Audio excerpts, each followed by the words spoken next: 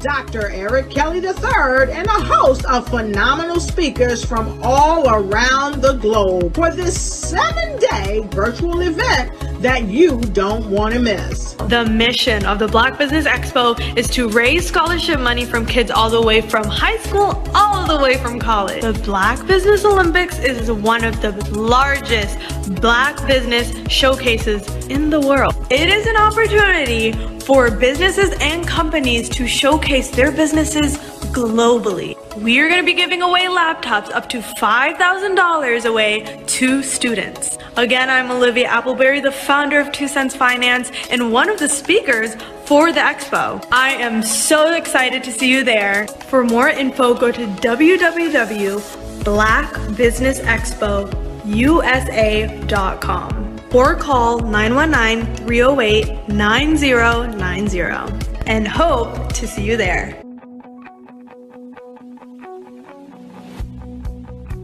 I am Black Business. From the moment I wake until the time I sleep. Yes, I am Black Business. I am Black Business. Tell me, are you Black Business? I am Black Business. Do you support Black businesses? Listen, I support Black business because I am Black Business. Black Business Expo, one of the largest business showcases in the history of Black business in the world. The world! Sign up today at www.blackbusinessexpousa.com or call 919-308-9090.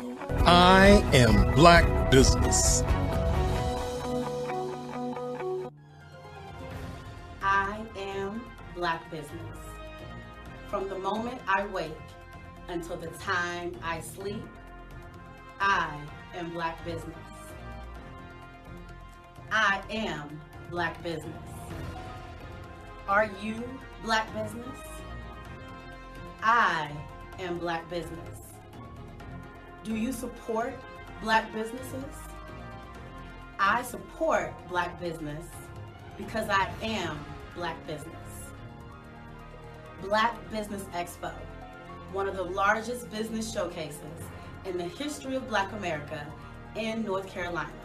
Sign up today at www.blackbusinessexpousa.com or call 919-380-9090. I am Black Business. I am Black Business. From the moment I wake until the time I sleep, I am Black Business. I am Black Business. Are you Black Business?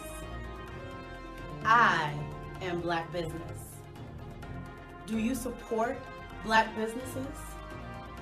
I support Black business because I am Black business. Black Business Expo, one of the largest business showcases in the history of Black America in North Carolina. Sign up today at www.blackbusinessexpousa.com or call 919-380-9090. I am Black Business. I am Black Business. From the moment I wake until the time I sleep, I am Black business. I am Black business. Are you Black business? I am Black business. Do you support Black businesses? I support Black business because I am Black business. Black Business Expo, one of the largest business showcases in the history of Black America in North Carolina. Sign up today at www.blackbusinessexpousa.com or call 919-380-9090. I am Black business. I am Black business. The Black Business Network and Black Business Olympics are essential platforms for Black business owners globally. They provide the tools and support you need to succeed in today's competitive marketplace. Join us today as we collaborate together with businesses from around the world to support our children, students, and young future entrepreneurs, Black businesses and corporations. We raise funds for students going to college and young entrepreneurs who are aspiring to be business owners, and we invite you to be a contributor today. Visit the website www.blackbusinessexpousa.com to connect with and learn more about how the Black Business Network and Black Business Olympics can help you not only share your amazing business story to businesses, but also serve future generations. Hello, my name is David Jones, CEO and co-founder of the Hello LLC, where we help businesses build a culture, brand an experience, and leverage technology to pivot into Web3. Join the Black Business Network streaming live into Roku, Metaverse, STEM City, Black Multiverse Enterprises, Hulu, YouTube, iHeartRadio, Apple, Facebook, LinkedIn, Spotify, Twitch, and Google Podcasts. Tune in, turn on, and let's thrive.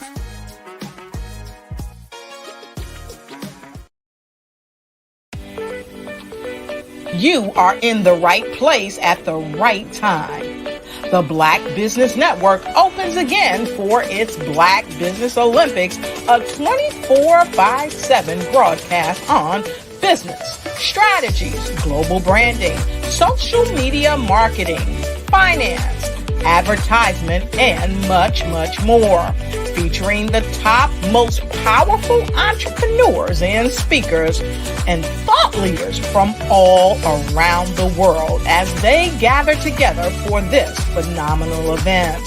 Join the Black Business Network streaming live into the Metaverse, STEM City USA, Black Multiverse, Pod TV, Roku, Hulu, iHeartRadio, Apple TV, YouTube, TikTok, Instagram, Google Podcasts, Facebook, LinkedIn, IBM TV, Spotify, and Twitch. Tune in today and be a part of this amazing movement. The Black Business Olympics welcomes you.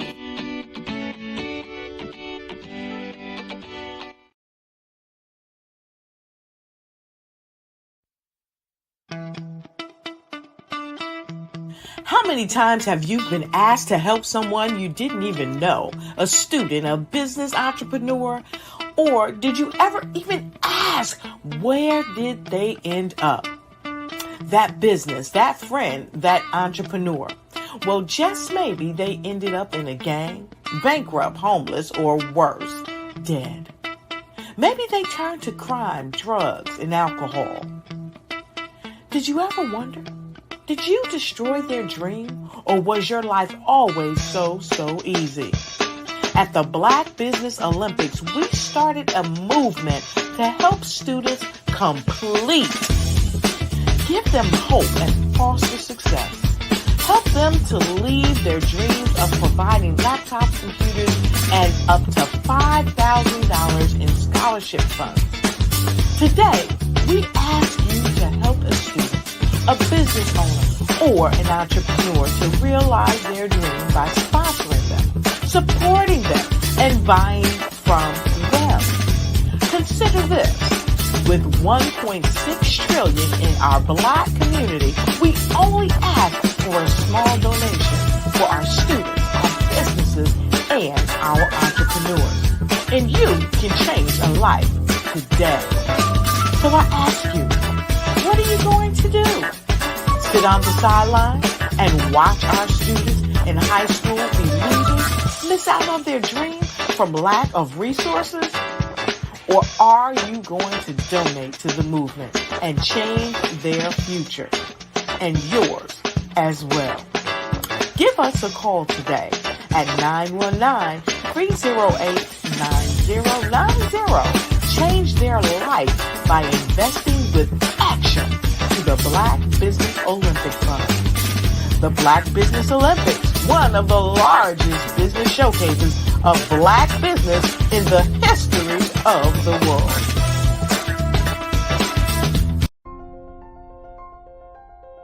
What if you could build your own city? A place where every child can find nurturing people to help them achieve their full potential.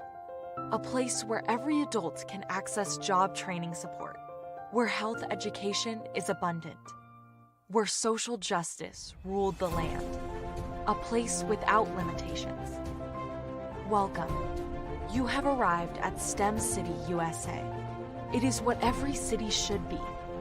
A safe and trusted community where you find people and resources to help you become everything you are and beyond. STEM City is unlike anything you have ever experienced. It is a digital twin of the world around you, only better. STEM City is about energy and soul renewal. It is more than a digital world. You can almost feel the power of live cultural events, music, and theater. STEM City promises a better future for children with caring mentors and hands-on activities with dedicated tutors to support our youth. STEM City is your passport to a healthy lifestyle with weekly events addressing our community's many issues. STEM City is your financial well-being with helpful information on wealth management, career advancement, job training, and so much more. STEM City is the community you deserve. It is the city where your dreams can come true. STEM City USA, a place in the sky that is accessible to all who reach for the stars.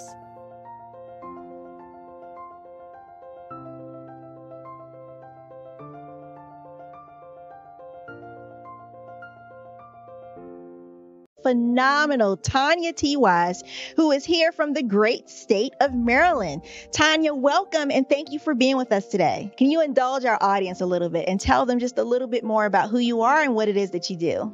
Well, I love being able to talk to people and have a magnetic attitude, being able to just show them. So I always like to say, level up is Coach at Tanya T. Wise here. So can you tell our audience, just give them a teaser about what your presentation will be about? So my philosophy is that we should all be living our dream life.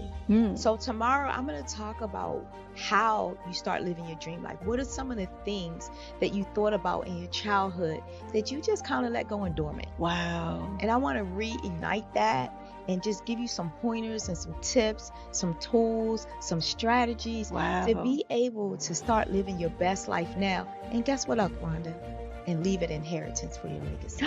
Oh my goodness. Okay, I know that's resonating with a lot of people. I've heard that you have a dynamic coaching program. Can you tell us a little bit more about that? Absolutely. So our coaching program help people that have the lack of time, that lack strategies, and lack the confidence to go after their dream life. So we help them implement tools, we help them implement strategies, as well as give them resources so that they can live their best life now and leave that inheritance. Wow. Oh, I love that. I love the leave the inheritance part. Listen, you are dropping some major nuggets, and I know a lot of what you're saying is resonating with a lot of people, but I think we're all curious. How did you even make this transition into the speaking and coaching arena? What's the story behind this? So I started out in finance, and I realized that a lot of people don't necessarily go after their dream life because of the lack of finances or the education behind finances. But it wasn't until I lost my firstborn, my only son, that life changed for me. And where I was going after it all, living the corporate life, hit my 6-figure income and living in my dream house with my dream man, driving my dream car. I nearly lost it all when I lost my son. And so I realized it only takes one financial catastrophe that can change your entire life. That's what made me start All New Beginnings. Because no matter what's going on in life, there's a new beginning. And because of that, we develop a program called Wise Minded. My little slogan is, don't just dream it, let's live it. If they want to connect with you or work with you, what is the best ways for them to be able to do that? Well, for my social media guru, you can connect with me on every single social media platform as Tanya T. Wise.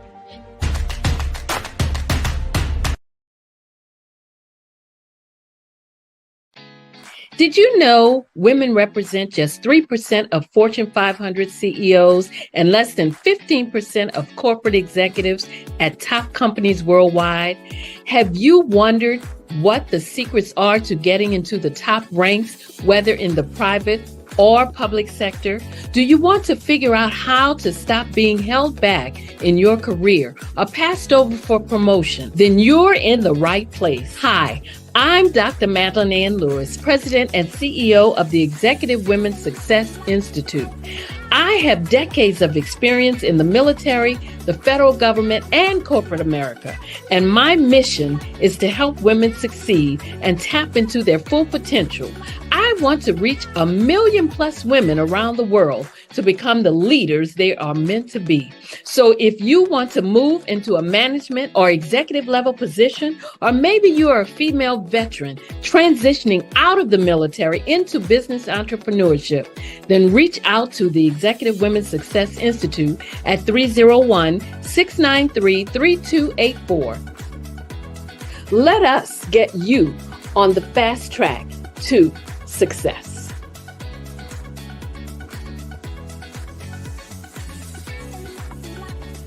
Artist to me is a creative expression of something from nothing. You know, it explodes onto the canvas, or it explodes on in my work. One of the things that I try to do more than anything is I try to just give the lines and the movements and emotions and expressions into to what I do. Art really means to me a chance to express how I feel deep down inside. Most of my art begins as a thought that I might have, you know, whether it's sports, whether it's history, whether it's a woman or a man. It pretty much starts as an idea of thought before I get into the actual image of what I'm going to draw. I do a lot of historical pieces. I was a history minor in college, and I love to do history pieces. And a lot of times I'm thinking about history, and then I try to make that history impact you as you look at it. That's one of the reasons I do pictures so large. People ask me, why do I do the pictures so big? And I tell them, I want the piece to impact them as they're looking at it. To kind of dominate them, dominate their space.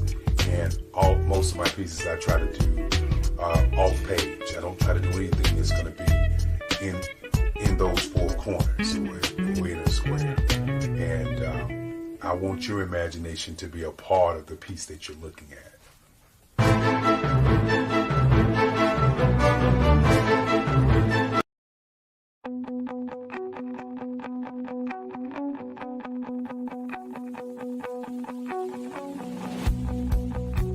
I am Black Business. From the moment I wake until the time I sleep.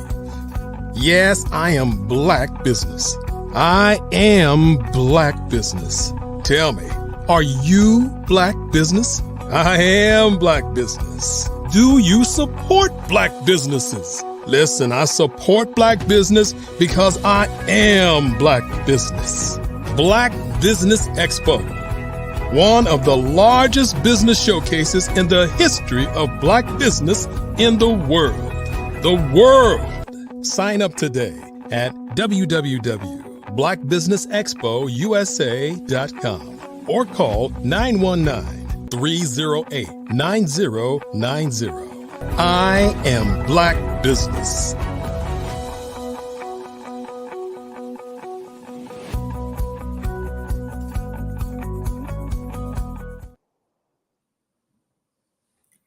Good day, business owners, entrepreneurs, thought leaders, and corporations. Welcome to the Black Business Network. My name is Jada Charles, and I am from Guyana. I'm your business moderator for this day on the Black Business Network. The Black Business Network is a 24-hour business network showcasing Black businesses, business owners, entrepreneurs, and thought leaders worldwide. We have speakers from North Carolina, London, Singapore, Africa, Japan, and cities all over the United States. The Black Business Network is a global community sharing its business knowledge to empower, inspire, and educate businesses about business. Our first speaker is Denisha Rowe. Ladies and gentlemen, it is my privilege to introduce Denisha Rowe, a trailblazer in the sports industry and the dynamic founder and CEO of Sports and Entertainment Today, LLC. Denisha has carved a niche in highlighting the personal lives of athletes and celebrities, bringing their stories to the forefront through Set Magazine. Her pioneering initiative, Women of the NFL, showcases her commitment to empowering women connected to the sports world. With a rich educational background from Florida Agricultural and Mechanical University and Executive Studies at Pepperdine and the George Washington University, Denisha embodies leadership, innovation, and the spirit of entrepreneurship. Please welcome Denisha Rowe, a visionary changing the game for women in sports and entertainment. Hello, hello. Hello, how are you? I am fabulous. How are you? I'm good as well. Okay, so now Denisha Rowe and Grant McGaw will engage in a fireside chat. And remember, genius is common, and I'll see you on the other side. Thank you so much, Yana. That was beautiful. Thank you. You're welcome. You're welcome. Miss Rowe, how are you doing today? I am awesome. How are you, Grant? Man, I'm feeling better and better and better. I am feeling better. You are a trooper. I really appreciate working with you, a true entrepreneur, someone who's always ready for the moment. All I had to do was ask, and she says, yes, I will speak on the Black Business Olympics and speak to the Black diaspora all over the world. As you see, we got young and old listening to us. My first question to you, and I know a lot of people just were intrigued with that opening, like, what type of women of the NFL? What's this Set Magazine? What's this all about? Tell us a little about what you got going on with Set Magazine. Yes. So Set is Sports and Entertainment Today. Created a sports lifestyle platform. We don't cover any stats or scores, but we present sports in a lifestyle way that appeals to the female sports fans. But the guys love to read it because their peers and icons are featured. So Sports and Entertainment Today not only has a print but digital presence. We also have created events, the Set an Example Conference, and we did that for the Women of the NFL. So I created Women of the NFL on Instagram, and the Set an Example Conference is a time every year. So we're going into our 7th annual conference where the ladies get together. We talk about things that relate to the NFL life that we've all experienced, and our community has experienced, and the highs and the lows of it. And so it is a fabulous weekend where we get to connect in person, get to know one another from all 32 teams. It's been amazing. I know it's been amazing. I saw the latest issue that you brought out. I think it was in December, featured Raheem Mostert, his beautiful wife. The layout is beautiful. I just got my attention just immediately.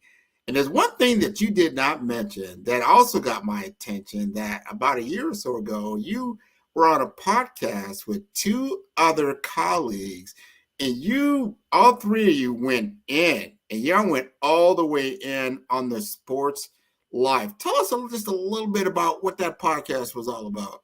Yeah, so I'm set. It is with Adriana Smith and Natasha Paul, women that are dynamic. Sports Top Tasha, who is Natasha Paul, has blogging and interviews and worked for the Miami Heat, interviewing their players. And then Adriana Paul, who was a cheerleader for the Miami Heat, and she is now their chaplain. We came together, women that are just, as I said, dynamic and just so, knowledgeable about sports and what goes on, the different intricacies of it. And so we just have great banter about what's going on every week in sports. And I will tell you, there is always something. There's always something. And you filmed year one, and you are gearing up to do year two. I want now. Here I go. I want to go to the sneak peek, right? The sneak peek, and that is what is so intriguing. Because I tune in sports. I'm a big sports fan. I love the Dolphins. I thought they had a great year. I'm a Heat fan, a huge Heat fan. I watch a lot of these different things, but I don't see a lot of women, specifically women of color, especially 3 women actually on a set talking deep about sports in such a way that it just captures my attention. What do you got going on for season 2 that you're thinking? Yes. So season 2 is approaching. We are excited to launch it. I mean, as I mentioned, there's always something going on in sports. So you guys will have to watch out for what we have going on. But I will tell you, every week we will have something that is not only informative, but entertaining and motivational as we share what's going on this week in sports. Let me ask you this. Behind the scene, because you just talked about lifestyle, that lifestyle thing. Everybody, they see people go out, whether men or women, they're in professional sports. It takes a toll. It takes a lot to be a professional athlete, a lot of time. But yet you still are maintaining a relationship. You're maintaining a marriage. You're maintaining a household, children, the whole nine. What can you share with our audience about what is really like behind the day-to-day of a professional athlete? Absolutely. Well, I mean, I'm married to Samari Rolle. He played 12 years in the NFL. So I have been privy to the highs and the lows. And then just as I speak with athletes for sports and entertainment today, and with women of the NFL, these women stand right beside the guys that are in the most watched sport in America, the NFL. So what is it like? I mean, it has been tremendous to see, Samari went to Super Bowl, didn't win, but, you get to see the highlights of it all and, going to Pro Bowl. And this year, Samari was nominated for the NFL Hall of Fame, Pro Football Hall of Fame. So, those are exciting times, and being able to experience that has been a huge blessing. But then also, the lows of it, the, health challenges. Samari was diagnosed with epilepsy. So there's a whole epilepsy community that has embraced him and, having to navigate a new normal, right? As far as that is concerned. And, then being released from a team, what is that like? And then being married and having your own marital issues as a result. So we have now stood the test of time. It's 20 years married. So I can, share the ins and outs of those things, but it has been a ride, and that's what life is all about, a journey and being able to navigate it. And I will say that it has been a blessing that we have been able to keep God at the forefront of our relationship and, navigating the sports world. I will tell people there are so many unknowns, right? We are looking at now Sha'Carri Richardson, who is the face of Nike, signed a huge contract and just had this new partnership with Jaquemus brand, and she is winning the world's fastest woman. But there was a time that she went through. And so as a community, I will say the Black community really stood beside her. And now look at her thrive. And so seeing athletes take a break, come back, navigate through different things, it is, it's what makes it all worth watching and relatable. Totally relatable. And you are relatable. You cannot be 20 years of being married, not only to the man, but to the sport. You see what it takes to play at the NFL level. And just so I know, what team did he go to the Super Bowl with? So he went with the Titans. Remember the Titans. Okay. Right. So that man, I remember him as a player, just fantastic guy. Just seeing him on the field, just seeing his performance. But that goes all the way back. Now, you also mentioned, or was mentioned in your bio, that you went to a HBCU. Yes, I am a Florida A&M University graduate, Rattler through and through. Now, do you cover some of the sports with the H? Because they've really come up the scale when it comes to coverage. They just had a special about the Black athletes that only could have played in HBCU at the time that went on to go into the NFL and did great. There's a lot of people that did not know that certain people played in NFL. I mean, do you have coverage around those areas? So yes. And I didn't get to go to the Celebration Bowl this year, but I did go to FAMU's homecoming. So I have been keeping up. And prayerfully, we will have a baby Rattler coming up. We're waiting to see these college acceptances. But yes, I do keep up. And my husband did play with Steve McNair, who went to an HBCU, and so that was an experience getting to know him and his wife.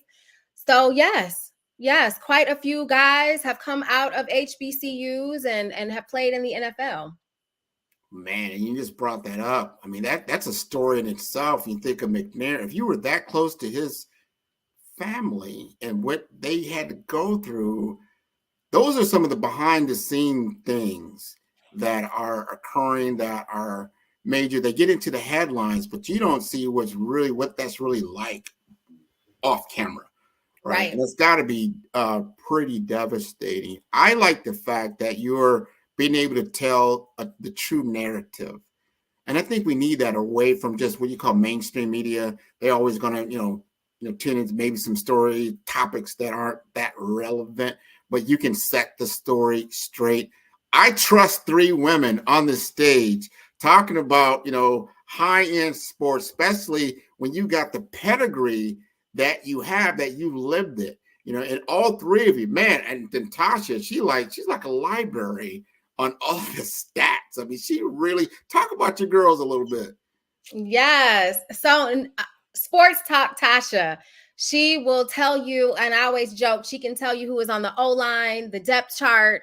I mean, she is in there. So hearing that from, women isn't always a popular thing. It's not something that is common. So it has been a breath of fresh air just to hear her and her takes and why different teams aren't doing as well as they could, and what her projections are for, who's going to win what. So it's just amazing to hear Natasha and her knowledge. I mean, it's fascinating. And then Adriana, she comes from the take of just, she is single. She is no nonsense. I will always joke with her. She's so black or white. It's one way or the other with her. And so she's a straight shooter, and you're going to get that from her. And just the blend of all of us together, talking sports, talking lifestyle, talking, what is going on from our perspectives has just been amazing. And she's the chaplain for the Miami Heat? Yes, she is. I think that's amazing. And when I think through these, a lot of times we've seen certain shows that have come out, the women of the NBA, or wives of the NBA, or, things of that nature. And, some things that Shaq's wife did, or some others. And you look at your take, how are you going to be different? Well, you know what? When you're talking more reality TV, right? So reality TV, they want a different sort of a narrative, if you will. So their color is different from what our color is. We are not, our aim is not to tear anyone down or to, throw a dart at one another. We just give our perspectives. We respect one another. You'll never see any, glass throwing or cursing one another out. That is not going to happen with I'm Set podcast, which is morphing into a television show. But for us, it is really just about our takes. And, we have stood to be corrected at times, but, how we view things. And I think it is very different from what we've been seeing on television and, ESPN and the different takes that are out there. And I'm excited about it. I'm completely excited, especially in South Florida. You're in South Florida. If the audience didn't know, I'm in South Florida. There's a lot of current athletes here, up and coming athletes, retired athletes here. You're going to be able to draw on so many experiences, not just in the local, but obviously nationwide, but you've got a wealth of people. Give us a shout. Talk to our audience. Tell them how they can be a part of your show. Yes. So you can catch I'm Set the podcast, which has now become a TV show, which is what we're working on. Look out for that. But Set_media on Instagram, Women of the NFL on Instagram. We're also on Facebook, same Women of the NFL. And there's a public page. We also have LinkedIn. So you will be able to get all the updates of what's going on. You can even get your copy of Set Magazine at setmagazine.com. Okay, so we got that commercial out. We needed to get that out there because this is going to be a blockbuster. Everybody's hearing about this first on the Black Business Olympics, and I'm telling you, it's going to be a great show. I want to ask you, as you think back, before you created the magazine, or as you started thinking about Set as a business, what got you started? What was your impetus? So I would go to the games and I would see so many women in the stands. And I said, why is no one talking to this demographic? Like, we consume sports, but all of the advertisements were geared towards men. And I'm like, we make so many buying decisions in the homes. You know, a lot of the things that go down are because we have influenced it. And so why aren't advertisers talking to us? Why isn't there content that we can relate to? There's Sports Illustrated, there's ESPN. Why not something for the ladies?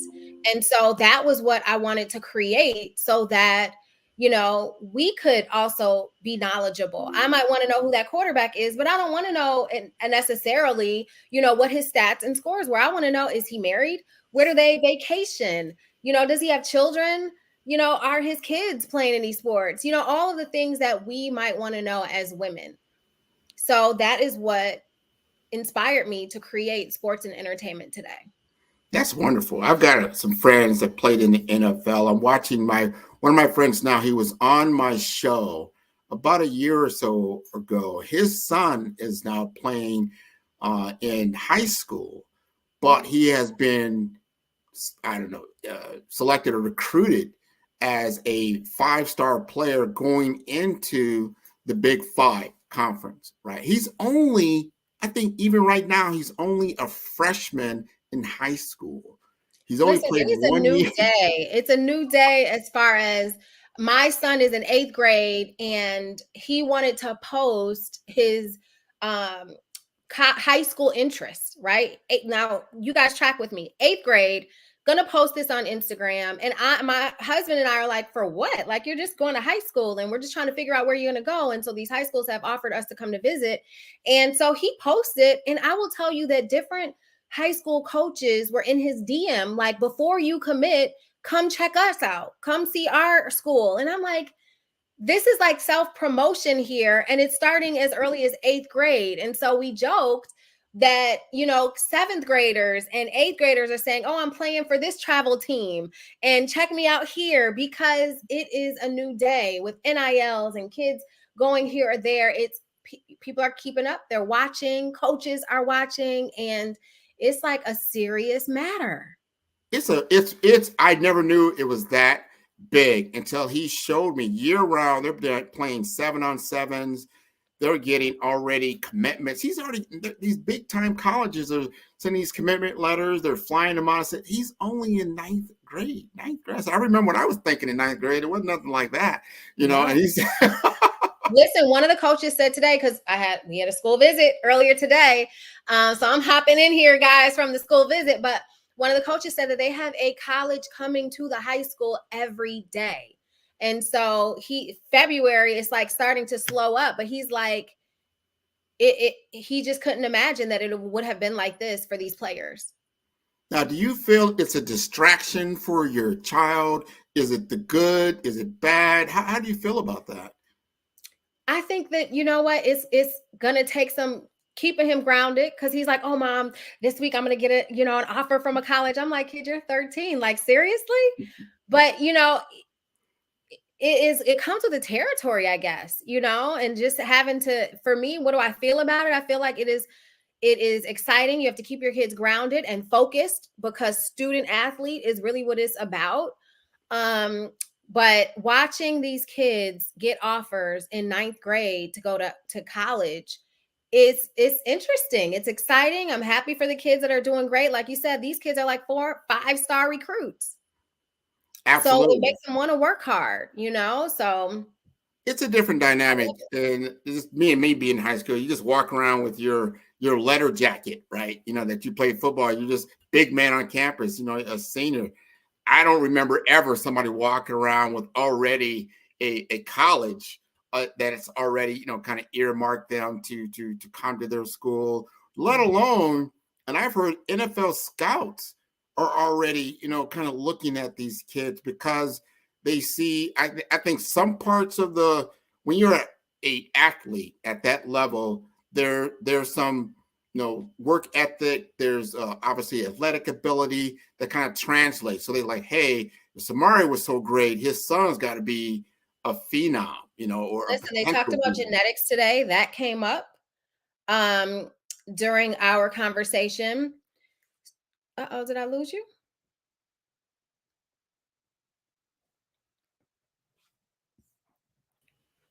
There I am. Okay. Yeah, so you're mentioning you know, Samari playing, the genetics came up during our talk today with the high school. Okay. There we go. A little technical difficulty, but yeah, go ahead about Samari. Yeah, so one of the things that they mentioned was genetics, and my son is tall, on the taller end, and so just, you know, his wingspan and different things like that, and to your point, with NFL coaches coming to watch high schoolers, there are baseball scouts from different baseball teams, and I know that's completely different, right? Because kids are coming from high school, but they're coming to my son's camps that he's going to watch these kids playing baseball, young 12, 13-year-old kids. That's a great opportunity. But going to the flip side of that, as you stated, is that, yeah, that's great that you're good in athletics, but you still got to be grounded in school. Do you think that helps the child to like, all right, now you really got to double down on these books. You've got to maintain a certain, you know, GPA, and then understand that even though this might get you into school, you may not be a professional athlete that earns a lot of money, even if you do play pro sports, because so many of them don't really what you would call get to the big dollars. They may make some money, but then 4 years after that, they're just, you know, a natural citizen. So what have you gained through all of this, you know, time, which really is a short period of time when you think about it? Have you had that discussion? Absolutely. I mean, with our son, I will say that you want to really pay attention to the program that your children are looking at, because academics is really what's important. What does the support look like for that? Because if you look at the statistically, right, the majority of these kids are not going to go to the next level. The majority of these kids probably won't get a Division I offer, right? So just for their leadership, their ability to play with one another and build community and, you know, develop some skill sets and character is really what it's all about for us. And I encourage other parents to make that, you know, what it's about for their kids as well, because you just don't know. No, you don't. You don't know. I'm gonna change gears just a little bit. Get back to your magazine, because I went through it. I thought it was one. I want you to tell the audience, first of all, how long you've been producing it, how often it comes out, and the type of content they typically will see within the pages. For sure. Now, guys, Black Business, I will tell you, and I was joking with Eric Kelly III, Dr. Eric Kelly, that I am Black Business. I wake up Black Business, go to sleep Black. That commercial, guys, I embody that. And as an entrepreneur, you guys know, if you have been at it for any time, it is a journey. So I thought of sports and entertainment today back in 2006. And I was pregnant, and for those moms out there, I don't know, something about that nesting for me, it just gave me a burst of energy. I wanted to get things done. I am delivering my daughter, and a photo shoot was going on at the same time. So that is just how about it I was. And originally we started on newsstands, Barnes and Nobles, Borders, 7-Eleven, Walden Books, and then print as we knew it sort of took a turn. And at that time, you're looking at Vanguard Media, who was selling for $40 million. And I'm like, hey, we could do that with Set. And then came Instagram and Twitter and all the things, but there was still a void in the marketplace. I went through a MBA program, George Washington University, and started learning about venture capital and investors because that wasn't part of my conversation growing up.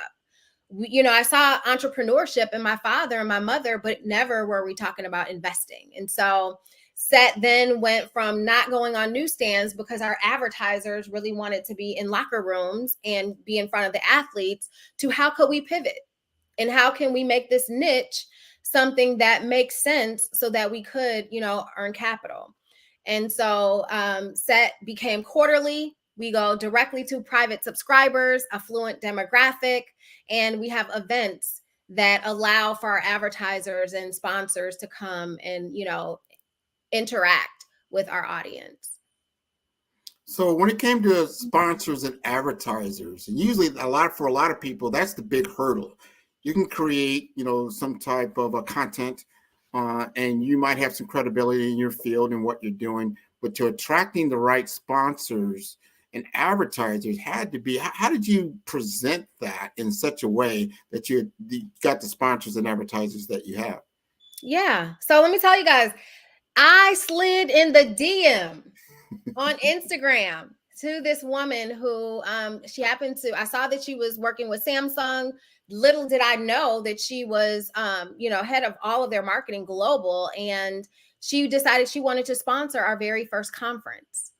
And so Samsung was our presenting sponsor for our first conference. And that is how we were able to, offset costs. Right. And then from there, we have it is a matter of reaching out and letting no mean not right now, not necessarily no forever, and consistently following up with people and believing in what it is that you're doing. Did you hear what she said? She said, I slid in the DM. What does that mean? It means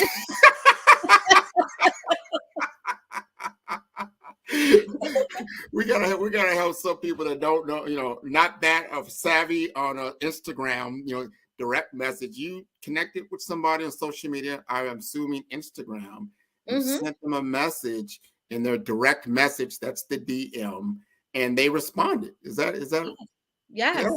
That is how that happened. And I will tell you that I've done that even with different athletes. Hey, we want to feature you in sports and entertainment today. And so, listen, guys, it is one way that you can make things happen. And so for Set, you guys can expect, more events. You can expect to see every edition. We are going to cover athletes who have amazing foundations in our Set Assist. We have a Set tailgating section where we cover athletes that cook, athlete-owned restaurants. You'll be able to see in our Set homes, athlete-owned homes. We do tours and athletes that are even selling their homes because different athletes are looking at the magazine, right? And so you're able to see, okay, Tracy McGrady is selling his home. So you're able to see that. We also have a feature in every edition, our cover. You're able to see an athlete that is a throwback, some athlete that might have been amazing in his time and what is he doing now. So we are covering those are staples in every edition. Those are the features that you'll be able to see. And we're just going to keep growing. I will tell you that this has been it hasn't always been roses, right? Yeah. Entrepreneurship isn't. You're going to have your doubts. You're going to have your, oh my goodness, how can I do this? But I throw out that how and I say, okay, Lord, just guide me and keep on going without the doubts. And so that's how I've been able to keep this thing going. Well, I tell you another thing, as I know that other entrepreneurs are taking notes, especially our young little Yada that brought us up, is that the one thing that she kind of alluded to, but didn't say, why would somebody want to advertise in her magazine or be a sponsor at her event, is that her production is 5-star. It is a beautiful piece of work. When you look at it, you're like, oh, yeah, I want to be featured in this publication because it's just like opening up any other 5-star type magazine or publication or online readership, and you have that kind of quality, and I applaud you for that. Thank you. Thank you. We have an amazing team. That was something that I had to really struggle through, making sure that people could deliver, not overpromise and underdeliver, but actually deliver and allow it to be in a spirit of excellence. Even asking people to help, or who do you know who. So you got to really, work your pieces, use your resources. Now, when you went out to the Super Bowl, just recently out in Las Vegas, you were invited out, you came out, you're seeing the red carpet, you're seeing all these things.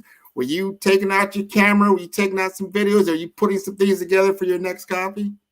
Yes, absolutely. We featured actually Floyd Mayweather on the cover of an edition, and I ran into him actually in Neiman Marcus, guys, and connected about him potentially being on another cover. I regret that I didn't take a picture with him. I took a picture when people were walking up. Hey, can you take a picture with me and Floyd? I was like behind the camera taking pictures of them, but I didn't get one with him. And so I did have my camera out though. Yeah, no, those are those moments you think about, as you said earlier, that you have it's a privilege to be in those kinds of rooms or gatherings, because now you can tell the story for others who are not in the gathering, but it almost projects them into the arena of what that is like. And I love your perspective that you're going to be able to bring, not only through your publication, your podcast, but now your TV show, that behind the lens view, especially from that female perspective. And I love how you say, like, hey, how we are the impetus behind how these things happen, and that this demographic needs to be marketed to, and you're going to fill that gap. Absolutely. And I think it's respected now. The NFL wasn't hearing me a few years ago, but now that Taylor Swift came, they're beginning to see how valuable the female fan is. That's true. That's true. And the other gymnast that is dating the Green Bay Packers. Excuse me, say that loud. Simone Biles. Exactly. You're seeing more and more, because that marriage between entertainment and sports is powerful. It is. Yes, it is. Very, very powerful in what can happen, and your particular gap that you're fulfilling in what you're doing. I'm gonna get your autograph after this, right? So I get that. Oh boy. Get that penned out. But we are going to start filming. I'm part of the executive team, the executive producing team here. We're doing that through our other sister network, the Callaloo Network, Anthony Weeks and his team. And we're going to start filming with Earl, and we're getting everybody together. This is going to be wonderful. We want to bring the audience kind of along. We want to know what they want to see, what they want to know, what the curiosity that's out there. I know I got questions for you. I mean, how do you feel? You see Samari going out there, he's he's warming up, like, yeah, that's my baby, he's gonna do this thing. And then you see this giant 6'9" guy that Samari is gonna have to run into. How do you feel about that? I mean, you know what? Samari, listen, he was fast, right? So he had to work smart. There is a video of Ocho Cinco thinking he could tackle Ray Lewis. And he's like, oh, he ran into Ray. You don't want to do that, right? That's just not smart. So, yeah, you got to work smarter. Yeah, respect it. That's your baby, right? You're like, you know what? Let me take my earrings. I'm going to jump on this field. Like, no, this ain't a game. Right. Yes. And I'm happy that the NFL has taken initiatives to make playing the sport safer. Yes, that would be a great piece to understand, especially the concussion protocols, what happens. It's the long-term effects for some of the players, that you're playing a game that you love. I love playing the game. There's no doubt about it. However, it's a contact sport. It's a huge contact sport that you don't realize. A lot of people don't realize it's like taking a small car and running it head first into another small car repeatedly, and being able, not only just physically your body, but those jarring things. So I think that's part of, I'd like to see that in some of the productions, just talking about that, and not only just for the athlete, but yourself, or other women. They're like, how do you feel when you see these type of things? Then do you really want your children involved, or if you do, what kind of safety, what kind of regulations, what's going to make you feel comfortable? Yeah, it's a real thing. I think you guys might have heard that our son is playing baseball as well. I have lived the life, and so you do think about, do I really want my child playing this sport, and the aggression and the impact of it all. So a lot of parents have opted for their children not to. And I say parents, a lot of NFL parents have opted for their children not to play tackle football and go on, to do other sports that aren't as dangerous. That's true. Now, you say you have a daughter. Is she involved in sports at all? Absolutely, yeah. So we actually have two daughters, but our youngest daughter, she's playing basketball.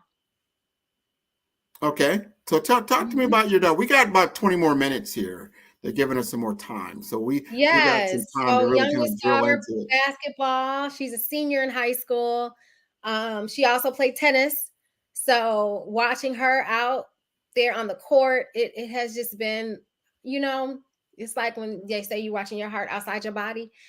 That's her for me.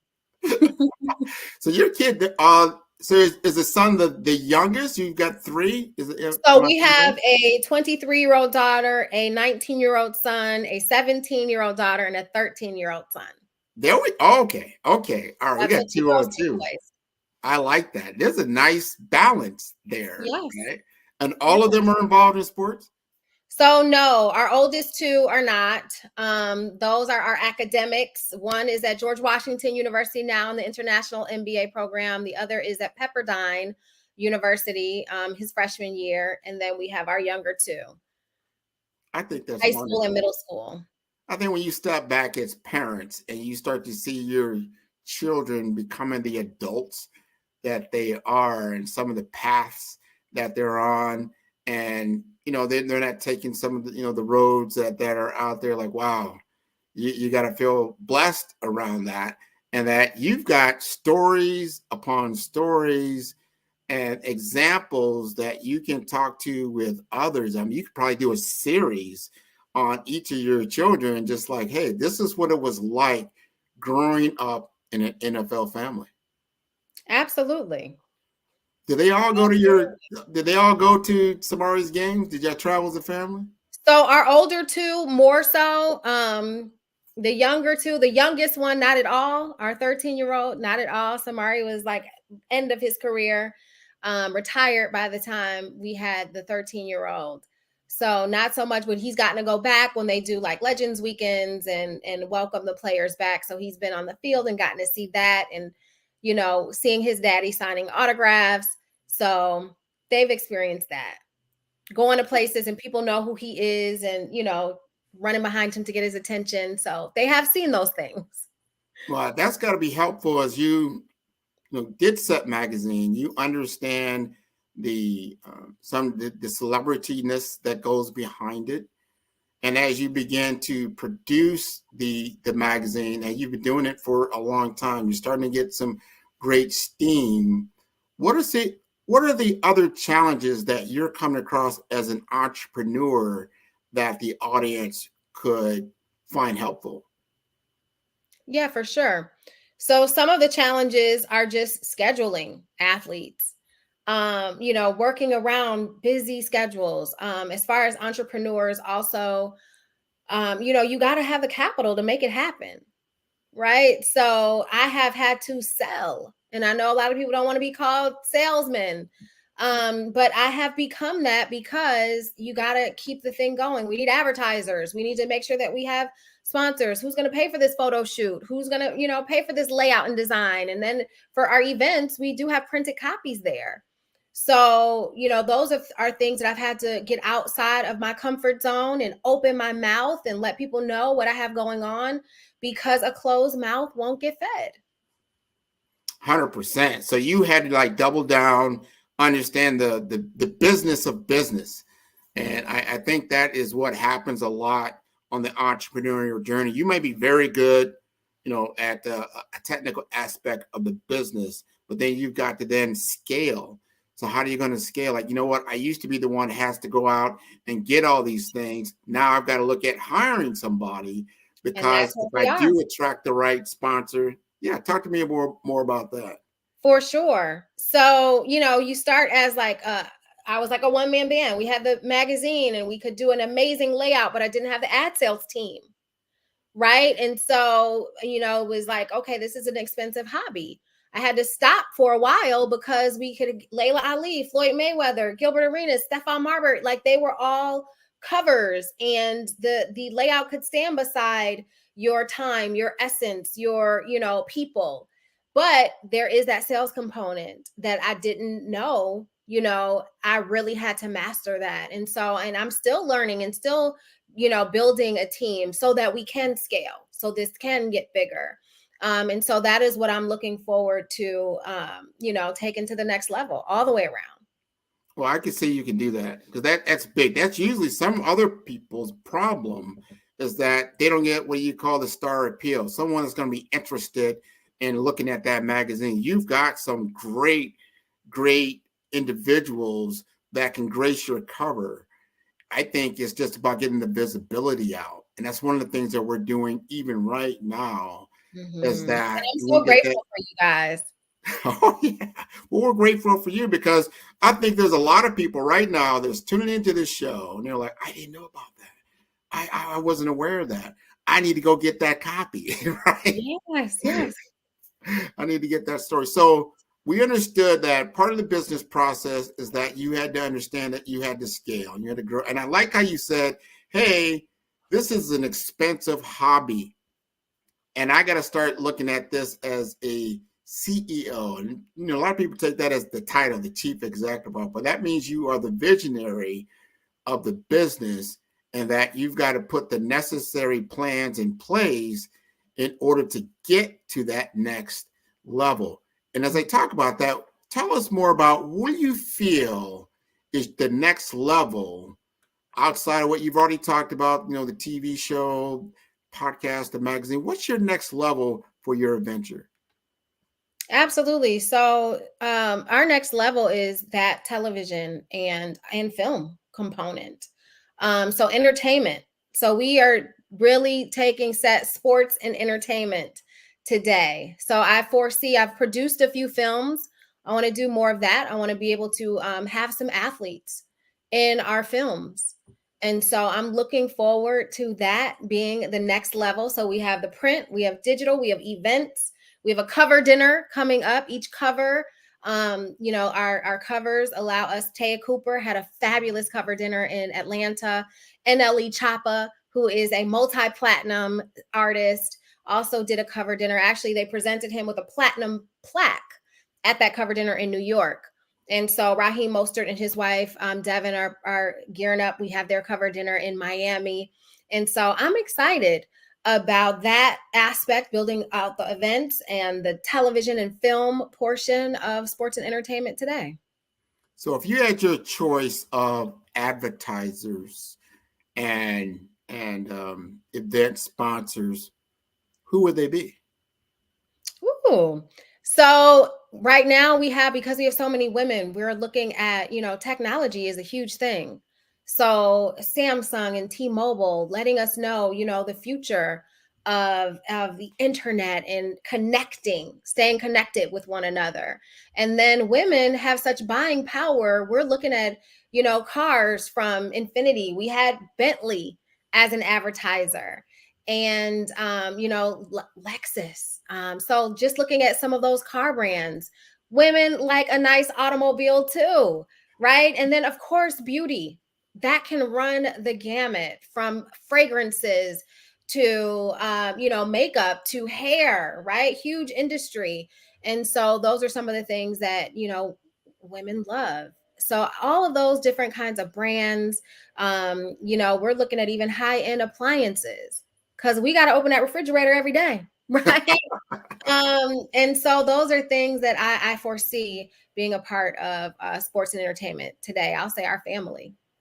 Well, and that's how I would look at it from the family. As you have consumed the persona, let's say you are the persona, you've lived that life. So you know what the lifestyle is like of a NFL family.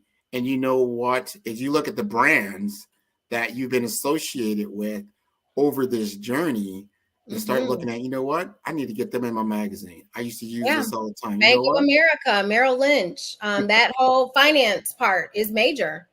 We're looking at the statistics of NFL players that are going broke, and how many of them have been able to stay afloat because they had a smart wife beside them. How many of them have been able to recover? How many of them have been able to make wise moves? And so, yes, absolutely. No, let's double down on that. That would be so cool. Open up the magazine and you start talking about financial empowerment, and you start to see, all right, financial planning. Because if you don't come from a seven-figure family, you don't usually know how to manage seven figures. And what does that look like? And how do you have your money make money? Having those opportunities. And I am sure, because I've been in that world as well, as far as the finance world. Financial empowerment is one of the big series on my Follow the Brand podcast, is that you now have an opportunity to reach that clientele. So I would figure your New York Lifes of the world, all your big, financial planners, even your smaller financial people, you're not even familiar with, your certified financial planners can now talk about why it's important, what the value is, and have that as a lane through your particular venue, whether it's in your magazine, on your podcast, your TV show, and they're willing to pay for access to that particular audience. I think you got a winning formula here. Absolutely. I mean, we're looking at now, athletes are getting smarter. They're taking notes from the athletes that didn't make smart moves, right? So I absolutely, it's necessary. And, SET is a place where those Mass Mutuals and those, Prudentials have the opportunity to come in and share what they have going on so these athletes can make smart moves. Yeah. Then when I turn the page, I see Rolls Royce. They're advertised in your magazine. And I turn another page, I see the private jet service. They're advertised in your magazine. And then, of course, you got to have, the jewelers and the Zales and all like that. But then having that to maintain success and having that good, the thinking models, and just being able to then, I now have a desired content magazine, podcast, TV show that I can now call the shots. I don't have to go looking for advertisers and sponsors. They're looking for me because they want the access. Can you see that happening for you? Absolutely. It is already. Well, we want to continue down that particular road. And I want to and really shed light on this whole dynamic that's happening of this, I call early recruitment of our kids, and understanding the good, the bad of that, and how that moves forward. Just thinking about now, because obviously when I was in college, the kids weren't getting paid for college. Yeah, no. Now with these NIL deals, these kids are buying their parents' houses in college, saying they don't even want to go to play professionally because they can make more money in college with their NIL deals than they would professionally. Tell me, what is an NIL deal? To help us understand that. So name, image, and likeness. So, there was a time where the players in college couldn't get paid. And so now they're able to leverage different brand deals and, make a million or two. Or three. And I get that, because think about this in the college sport, especially one of these Power 5 schools. The coach makes 7+ figures. The school makes $1 billion. Some of these college programs are $1 billion. And these kids, yes, they get a 4-year ride, but considering how much money they're really making, especially on a star player, they're making millions and millions of dollars. So what you're saying with name, image, likeness, when I see, like I remember C.J. Stroud playing for Ohio State, he got one of those, first contracts now. He's like, wow, this kid, he's driving around his, this really nice Mercedes Benz, but this is how it's being done. And I like that better than finding out that this great kid, can't even work at McDonald's because, it's because of this work study program type of thing. I'm sure when Samari was going to school, it was maybe a little different. Can you help us understand that? A whole lot different. I mean, you look at players like Reggie Bush and what Reggie Bush had to go through, and just it is a new day. Now these kids they don't have to steal from Publix, right? Because there was that incident. So now they can make money and help to support their life in college and even give back to what's going on at home. Some of these kids come from dire straits. I agree with you. So I like that gift back because that's only right. Because we live in a capitalistic society. Why would we penalize our kids? Or this is used to be looked at as some unfair advantage. You don't want to, pay the kids, but like, wow, this is not, a work camp, because football is a very tough sport. So why not have them, participate and get paid, for what they're getting paid for? I think that's only right. I also want to talk about coaching. As you think about that, because there was always, especially in the diversity, equity, inclusion world, we're in the end of Black History Month. We haven't traditionally seen a lot of Black coaches in the NFL. That started to change. You're starting to see a lot more Black athletes play at the quarterback position, that type of thing. Even though you don't see it at the ownership level, what's your take on this change? I mean, it's like a breath of fresh air. It's a long time coming, right? We're looking at Antonio Pierce, who is now, he just got hired by the Raiders. And then Sandra Douglas Morgan, who is the first Black woman president of an NFL team.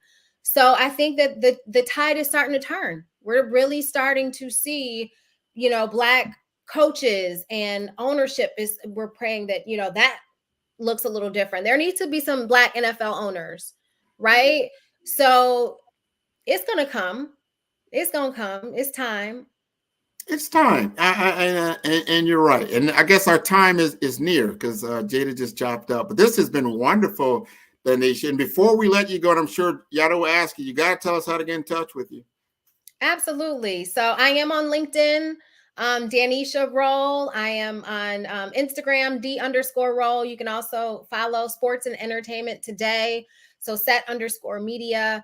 We have Women of the NFL. You can always reach out, shoot a message on either of those platforms. Awesome. Okay, thank you so much. That was definitely very informative. I thoroughly enjoyed it, and I'm sure everyone that's watching or that is going to watch also enjoyed it. Before we let you go, I have a couple of questions. One of the questions is, do you offer any mentorship or anything of that sort?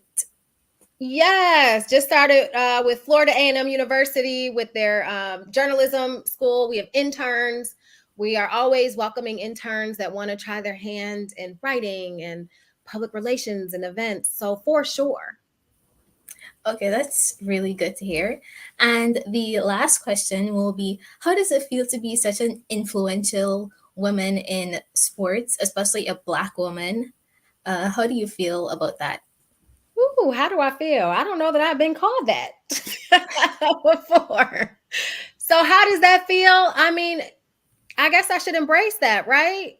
You're the first person, Jada Charles, to say that to me. I feel good.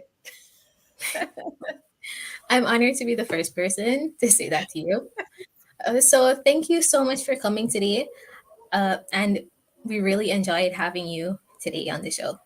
Thank you. I am so grateful that you guys at Grant invited me. I am Black business. I wake up Black business. I go to bed Black business. So absolutely, it's been an honor to join you all. You are most welcome. And Grant, how can we contact you or connect with you? You can connect to me on 5-Star BDM. That is the number 5-Star, B for brand, D for development, and for masters.com. Okay, thank you so much. Genius is common, and I'll see you on the other side. Thank you.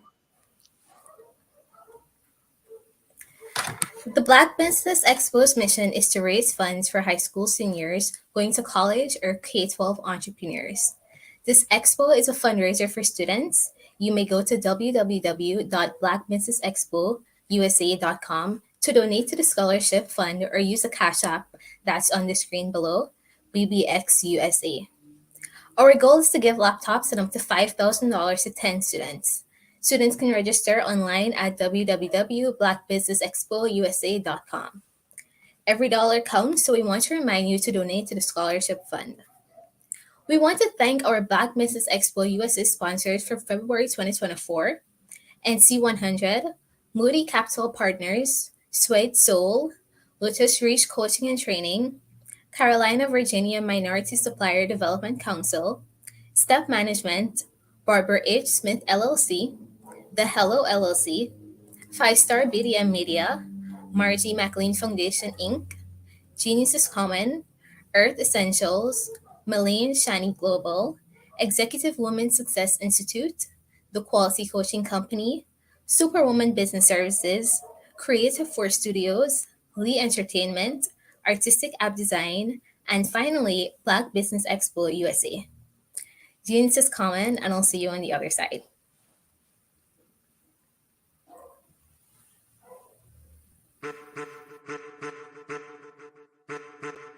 I am a child of the Most High God. He has gifted me in ways that I could not even imagine and didn't know.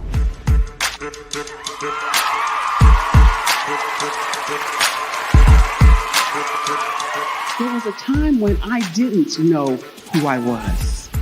I listened to other people tell me who I should be, what I should do. I listened to people telling me that I should be a boutique owner, that I should be a construction manager, that I should be a laborer.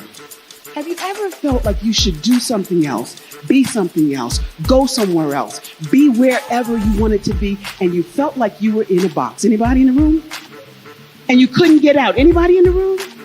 And you kept trying to go and go and you couldn't get out? Anybody in the room? But let me tell you, you need to rock the box. Rock the box.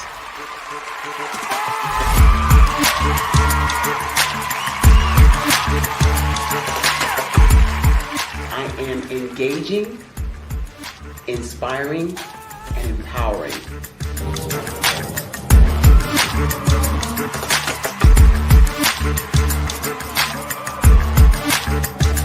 I would give you everything I know.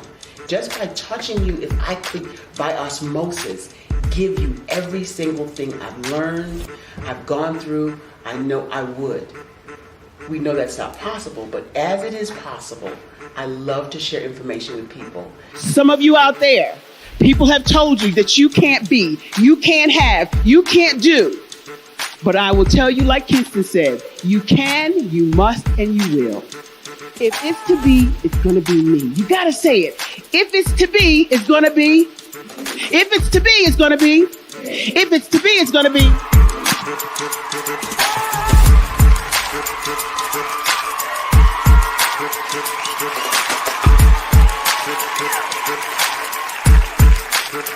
Barbara is because she believed what her mama said about her and not what other people told her. Every day you wake up, when you're in a situation, it's your choice whether it's an advantage or the disadvantage. She gained her confidence and her life, and now she is a testimony. If I can help you elevate yourself, then I feel like I'm elevating my own self as well. What you know and I know together can change the world.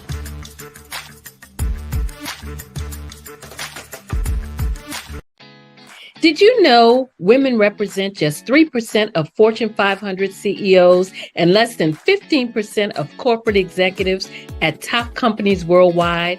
Have you wondered what the secrets are to getting into the top ranks, whether in the private or public sector? Do you want to figure out how to stop being held back in your career or passed over for promotion? Then you're in the right place. Hi, I'm Dr. Madeline Ann Lewis, President and CEO of the Executive Women's Success Institute. I have decades of experience in the military, the federal government, and corporate America, and my mission is to help women succeed and tap into their full potential. I want to reach 1 million plus women around the world to become the leaders they are meant to be. So if you want to move into a management or executive level position, or maybe you are a female veteran transitioning out of the military into business entrepreneurship, then reach out to the Executive Women's Success Institute at 301-693-3284. Let us get you on the fast track to success.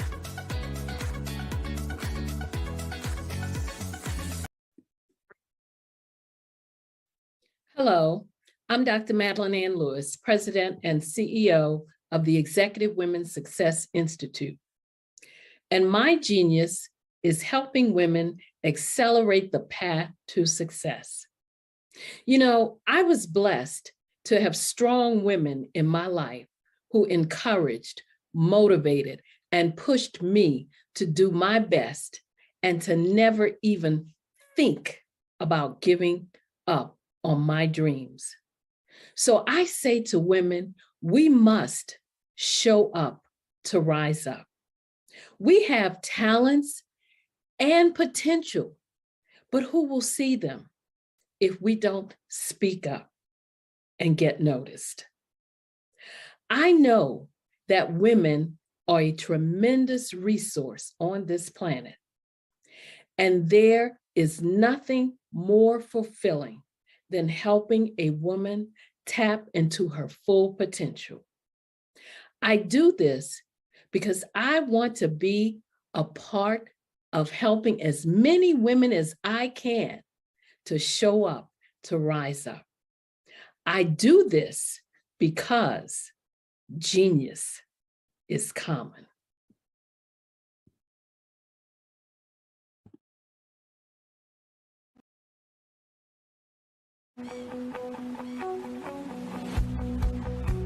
I am Black Business. From the moment I wake until the time I sleep. Yes, I am Black Business. I am Black Business. Tell me, are you Black Business? I am Black Business. Do you support Black businesses? Listen, I support Black business because I am Black Business. Black Business Expo, one of the largest business showcases in the history of Black business in the world. The world. Sign up today at www.blackbusinessexpousa.com or call 919-308-9090. I am Black Business.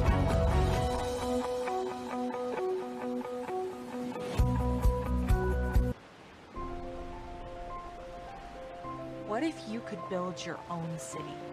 A place where every child can find nurturing people to help them achieve their full potential. A place where every adult can access job training support, where health education is abundant, where social justice ruled the land. A place without limitations. Welcome. You have arrived at STEM City USA. It is what every city should be. A safe and trusted community where you find people and resources to help you become everything you are and beyond. STEM City is unlike anything you have ever experienced. It is a digital twin of the world around you, only better. STEM City is about energy and soul renewal. It is more than a digital world. You can almost feel the power of live cultural events, music, and theater. STEM City promises a better future for children with caring mentors and hands-on activities with dedicated tutors to support our youth. STEM City is your passport to a healthy lifestyle with weekly events addressing our community's many issues. STEM City is your financial well-being, with helpful information on wealth management, career advancement, job training, and so much more. STEM City is the community you deserve. It is the city where your dreams can come true. STEM City USA, a place in the sky that is accessible to all who reach for the stars.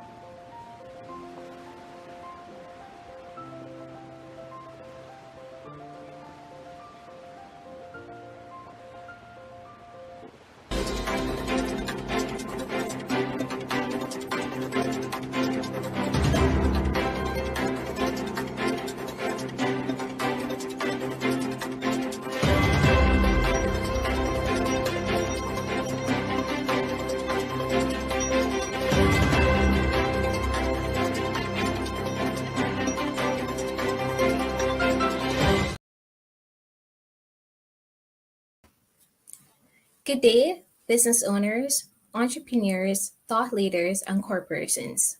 Welcome to the Black Business Network. My name is Jada Charles, and I am from Guyana.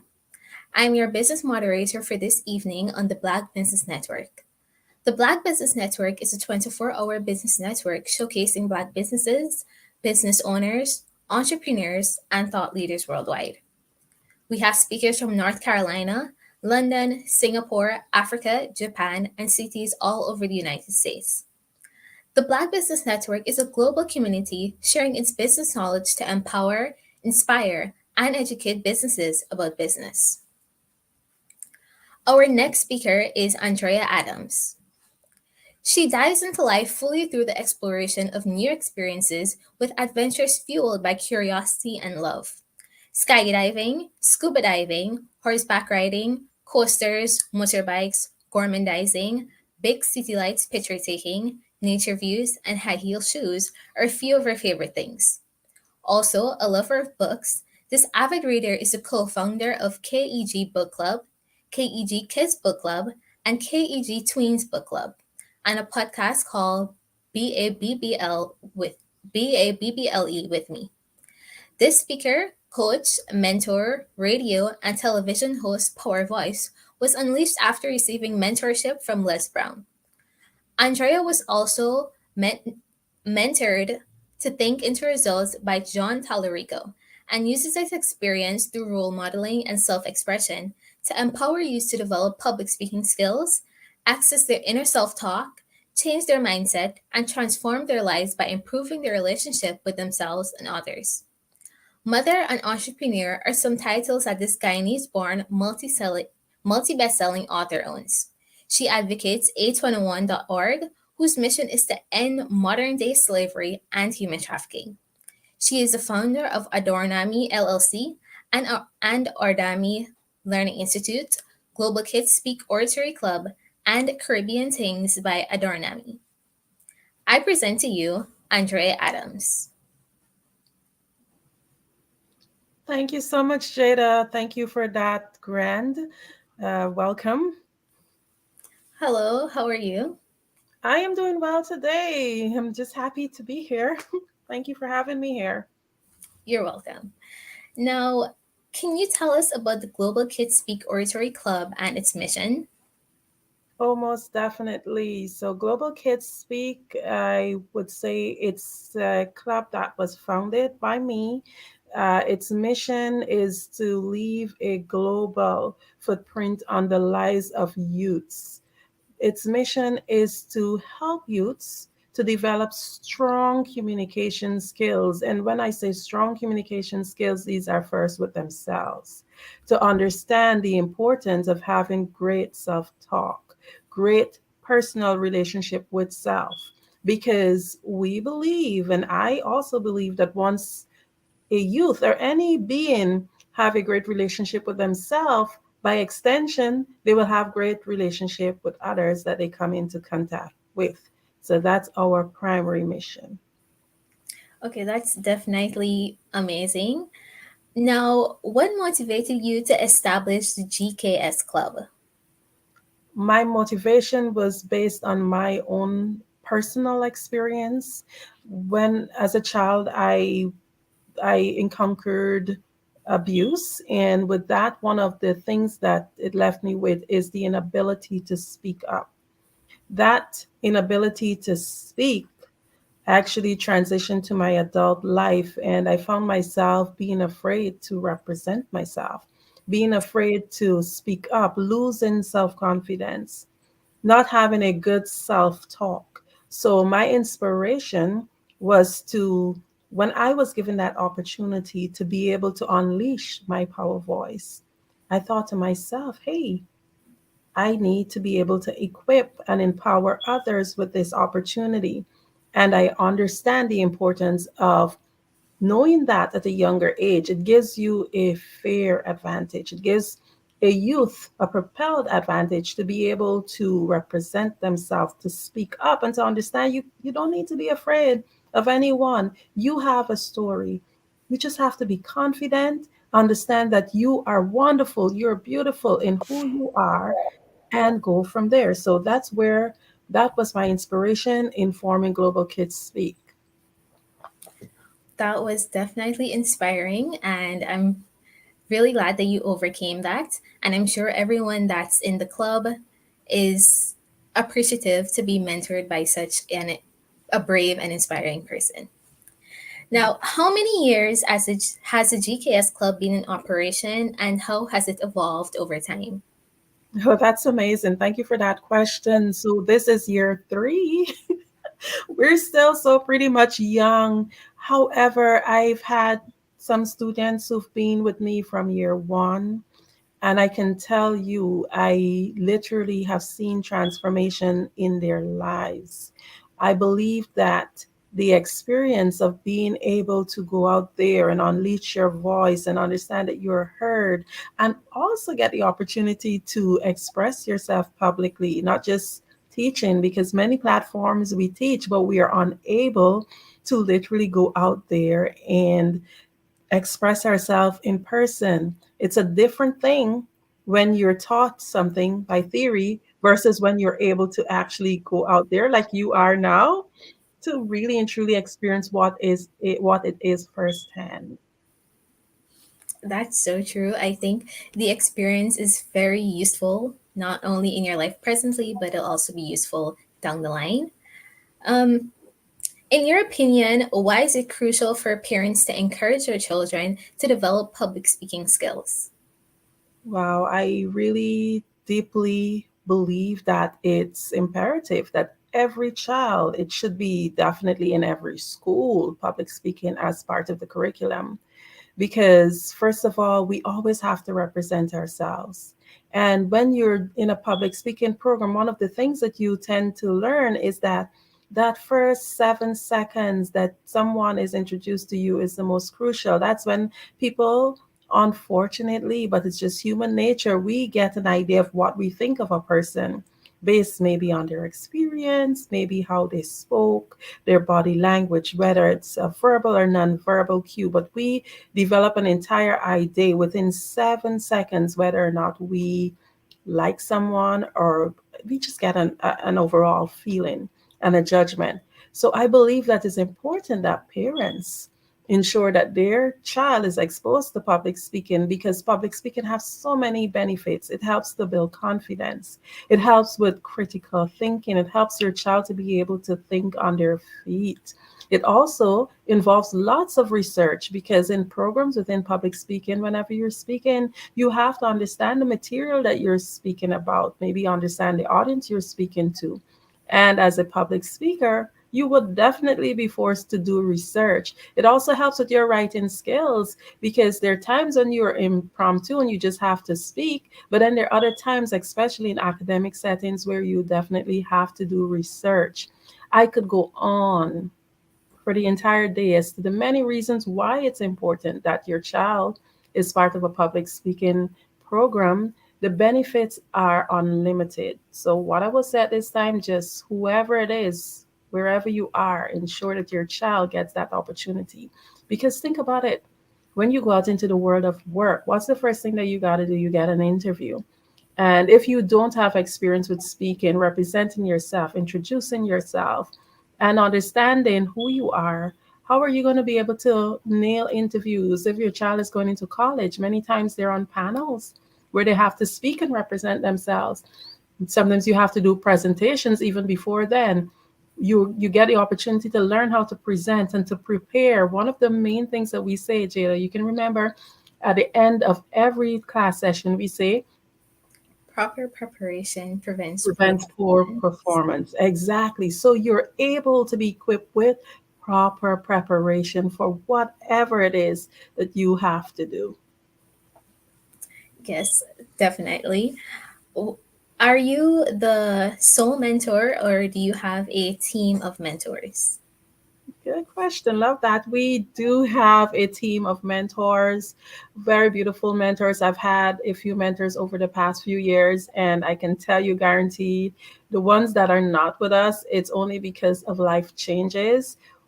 We had a mentor from South Africa. She loved the kids so much. She got up at 1 a.m. to teach class every Wednesday night, or which would have been Thursday morning for her.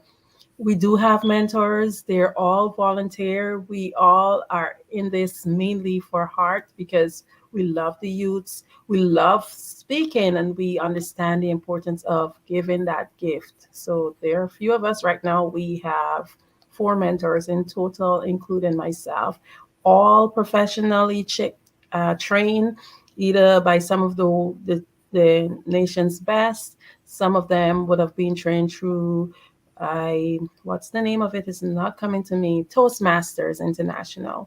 So we have mentors who are passionate, who not just only talk the talk, they're active speakers. So your child is actually being trained by people who are passionate about what they do and they're walking the walk and talking the talk. For sure. I'm sure parents are very appreciative of this. Now, what age groups do you cater to in your public speaking programs? Well, we originally started at the age 7. That's the first and the second year, opening it for age 7 to 18 years old. However, I've been getting numerous requests from parents there asking if their child can start at 5. So I've really lowered the age to 5. So it's now 5 to 18 years old. However, in my opinion and from my experience, it's better when your child is at least 7 because at that time they understand writing a little bit better because what we do is actually have the children prepare their pieces. At the end of the day, it's what they feel inside. We only guide, but they're the ones, it's their voices, so they're able to speak.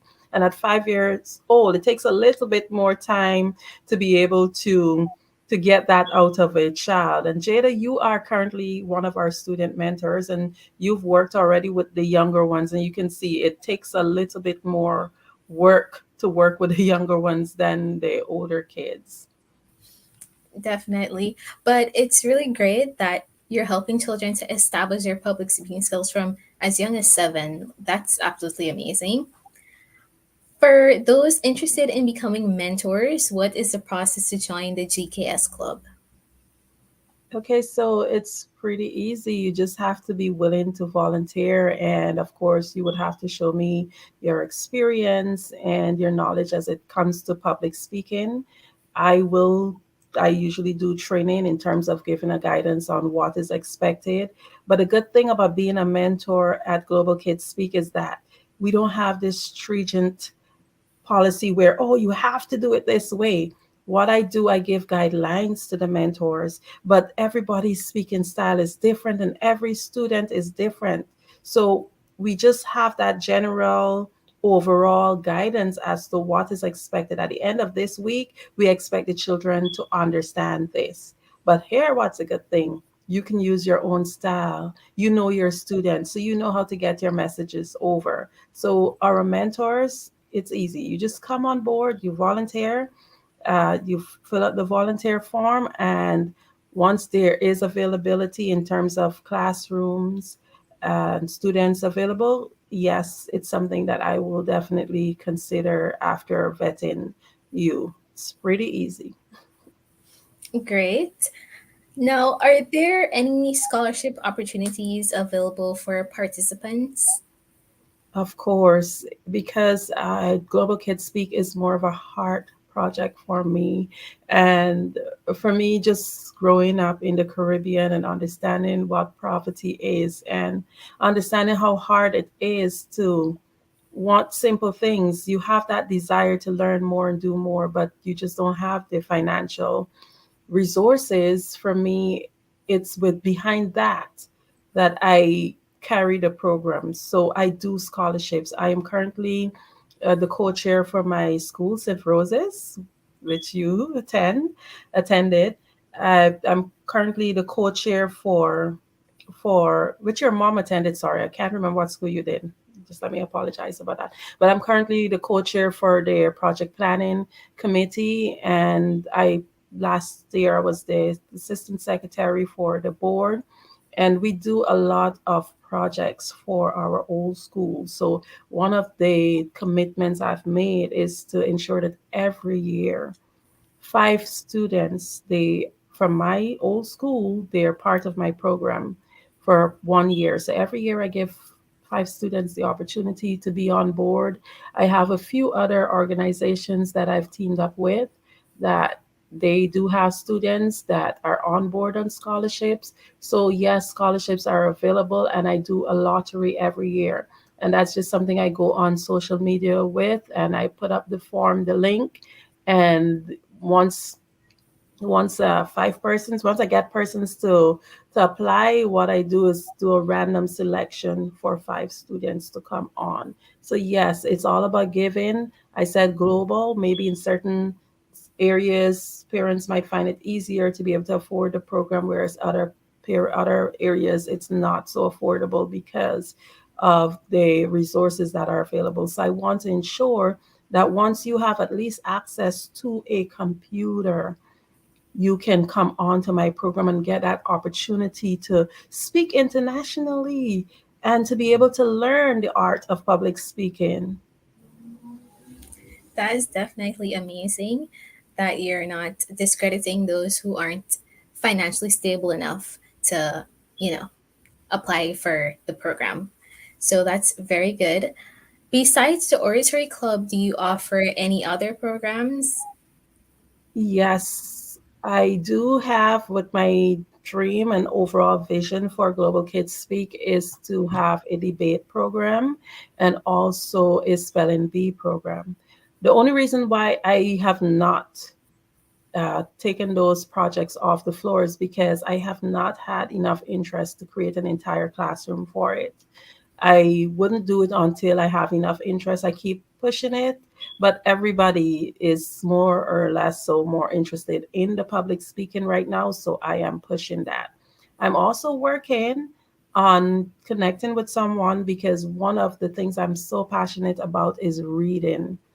I have been it's something that I want to offer. I've wanted to offer for a very long time, but I wasn't sure how to go about it. But a reading program will be definitely launched this year, somehow or the other.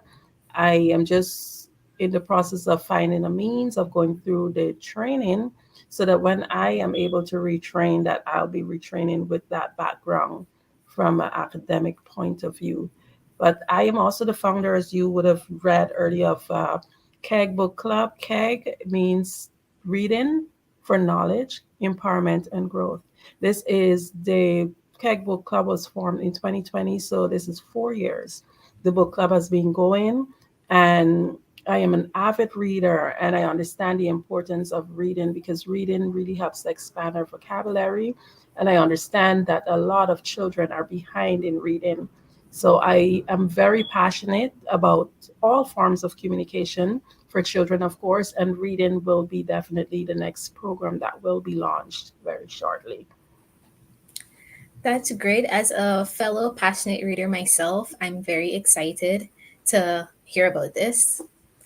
When is the enrollment period for those interested in joining the club?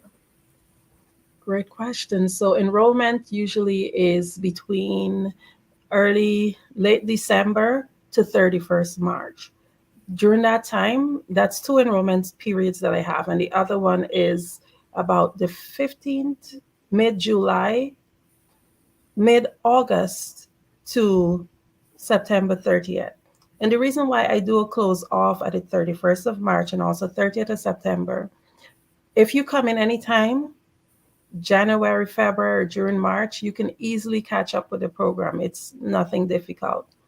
However, because we prepare our students for a competition in June, and then again, we prepare our students for another competition in December, if you come in April, we only have April and May to work with you. So it makes it really difficult for you to grasp it and really be prepared because our competition is live on radio. Usually we go with WBNC radio, and it's a large audience, and your posters, your flyers, everything is usually all over social media. So we have people who are coming in to listen to the children present. So we really do want to ensure that they're ready. So we close accepting persons 31st March and also on the 30th of September. Okay, now I know a lot of the students that will join will probably expect something to signify their completion of the program. So, can participants expect to receive a certification upon completing the program? Yes, they will receive a certification showing that they participated in the program only if they've completed the year. So it's only done once a year. So if a student come in and they drop out in 6 months, no, they're not going to get the certification. They have to stay for the entire academic year. Okay. What is the recommended duration for a child to stay in the GKS program to maximize its benefits? I always say public speaking is like a muscle. If we're exercising and we stop exercising, guess what happens? We lose our muscles.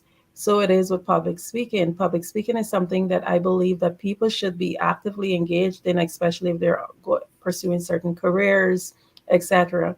I would recommend a child continuously remain enrolled in the program because there you always learn something new. And for me, I learned from speaking. Like yesterday, I was listening to someone being interviewed, and she had so many great nuggets, and it was even more things that was added to my knowledge. Because as we go on in terms of public speaking, there's always more to learn. We become better public speakers. It's no two situations are ever the same. No two conversations are ever the same. So it's a learning process. We encourage the parents to keep your students enrolled continuously as long as they're in school and they're going through their academics. It's a great muscle to continue to build. It will really and truly help them when they're ready to go into the world, and depends on what career they choose, they can decide if they want to participate in other programs. Definitely, public speaking is definitely essential every day and in whatever you do, I think. So it's really great that you're giving children or students an opportunity to better their public speaking skills. How frequently do you organize oratory competitions for the children? So we do it twice a year, June and December. It's usually one of the things why I'm smiling at it because I've one of the other things that people don't understand, we can speak all the time, but they say that public speaking is one of the world's greatest fears. I was reading a book, I think it's Tony Robbins or John Maxwell, can't remember. I think it's John Maxwell. He was saying that there are people who've been asked to present a eulogy, and sometimes they prefer to be in the grave rather than to present that. That's because we're always so afraid. And I tell my kids, I say, don't get the nerves, because sometimes they're presenting so great in the day of the competition because they know they're on radio. You can hear the difference, but they do all well. So I'm just so excited about the competitions. It's twice a year, June and December. This year it's June 8th, and usually it's free to join. You just have to purchase your ticket on Eventbrite, and you will get the information, and you can join on and listen to the beautiful voices. I myself, I'm definitely excited as well. So, could you provide some insights into the topics that the children usually address in their speeches or typically address? Yes, certainly. It's limitless. We believe that children are individuals. They have their own dreams.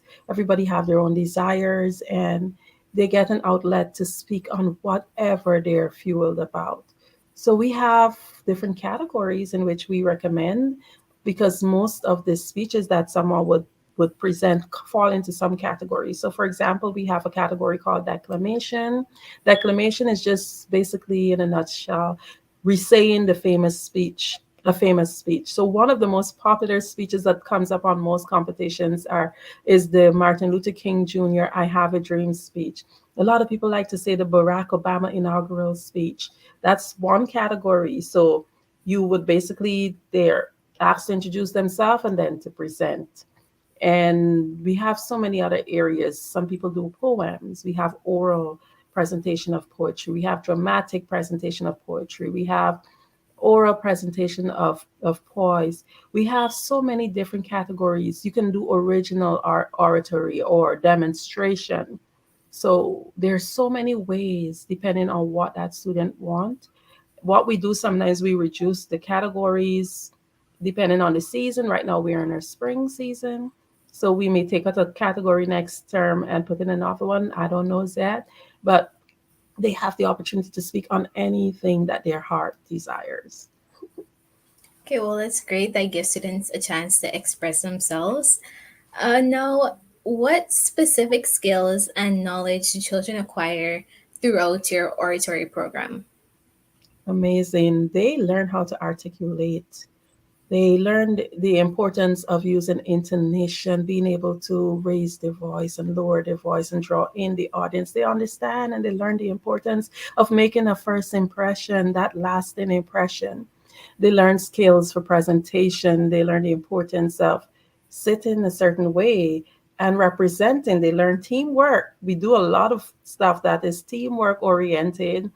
They learn the importance of verbal, nonverbal communication. The list goes on. They understand the importance of pause fillers. Why use a pause fillers when we can just simply take a minute and be silent? So they acquire so many skills. And as I say, we do stuff like word of the week, where they learn different parts of speech, and it's amazing. They learn the importance of pitching their voice, and it goes on. But it's a full curriculum, and it's done in a fun way, not in a way, well, oh, you got page 1, page 2, page 3. No, we teach it in a gradual and lovely way. That is amazing. If I were a parent, I would definitely want my child to join after hearing about all the spectacular things that you can benefit from when you're in the club. And I myself, as a club member, also encourage those watching, if you're a child or if you're a parent, to join and really experience what it's like. It's definitely amazing and it's a life changing experience. So, thank you so much for coming today. It was definitely wonderful having you here. And we hope to see more new faces in the club. So, thank you. Thank you, Jada, for having me. Genius's comment, and I'll see you on the other side. The Black Business Expo's mission is to raise funds for high school seniors going to college or K-12 entrepreneurs. This expo is a fundraiser for students. You may go to www.blackbusinessexpousa.com to donate to the scholarship fund or use the cash app that's on the screen below, BBXUSA. Our goal is to give laptops and up to $5,000 to 10 students. Students can register online at www.blackbusinessexpousa.com. Every dollar counts, so we want to remind you to donate to the scholarship fund. We want to thank our Black Business Expo USA sponsors for February 2024. NC100, Moody Capital Partners, Suede Soul, Lotus Reach Coaching and Training, Carolina Virginia Minority Supplier Development Council, Step Management, Barbara H. Smith LLC, The Hello LLC, 5-Star BDM Media, Margie McLean Foundation Inc., Genius is Common, Earth Essentials, Malayan Shani Global, Executive Women Success Institute, The Quality Coaching Company, Superwoman Business Services, Creative Force Studios, Lee Entertainment, Artistic App Design, and Black Business Expo USA. Genius is common, and I'll see you on the other side. The Black Business Network and Black Business Olympics are essential platforms for Black business owners globally. They provide the tools and support you need to succeed in today's competitive marketplace. Join us today as we collaborate together with businesses from around the world to support our children, students, and young future entrepreneurs, Black businesses and corporations. We raise funds for students going to college and young entrepreneurs who are aspiring to be business owners, and we invite you to be a contributor today. Visit the website www.blackbusinessexpousa.com to connect with and learn more about how the Black Business Network and Black Business Olympics can help you not only share your amazing business story to businesses, but also serve future generations. Hello, my name is David Jones, CEO and co-founder of the Hello LLC, where we help businesses build a culture, brand and experience, and leverage technology to pivot into Web3. Join the Black Business Network streaming live into Roku, Metaverse, STEM City, Black Multiverse Enterprises, Hulu, YouTube, iHeartRadio, Apple, Facebook, LinkedIn, Spotify, Twitch, and Google Podcasts. Tune in, turn on, and let's thrive.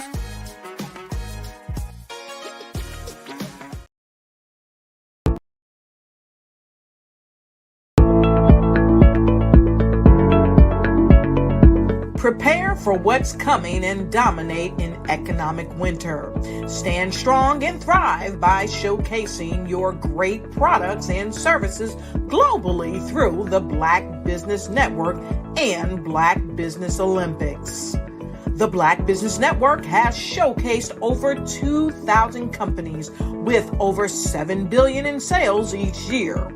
Over 10 million attendees have viewed the rebroadcast each month.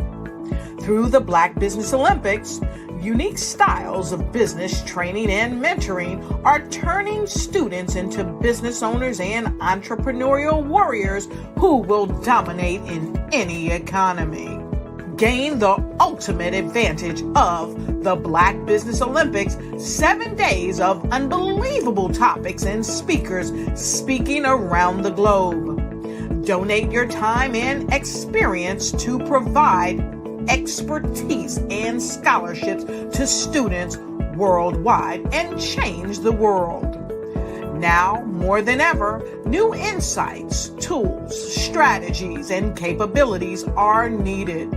This is your chance for a major presentation to the world. Fill out the form and join the more than 2,000 speakers who have presented to over 200 countries. Join the Black Business Network streaming live into the Metaverse, STEM City, Black Multiverse Enterprises, Hulu, Amazon, YouTube, iHeartRadio, Apple, Facebook, LinkedIn, Pod TV, IBM TV, Spotify, and Google Podcasts. Sign up today. Spaces are limited, and we will see you there.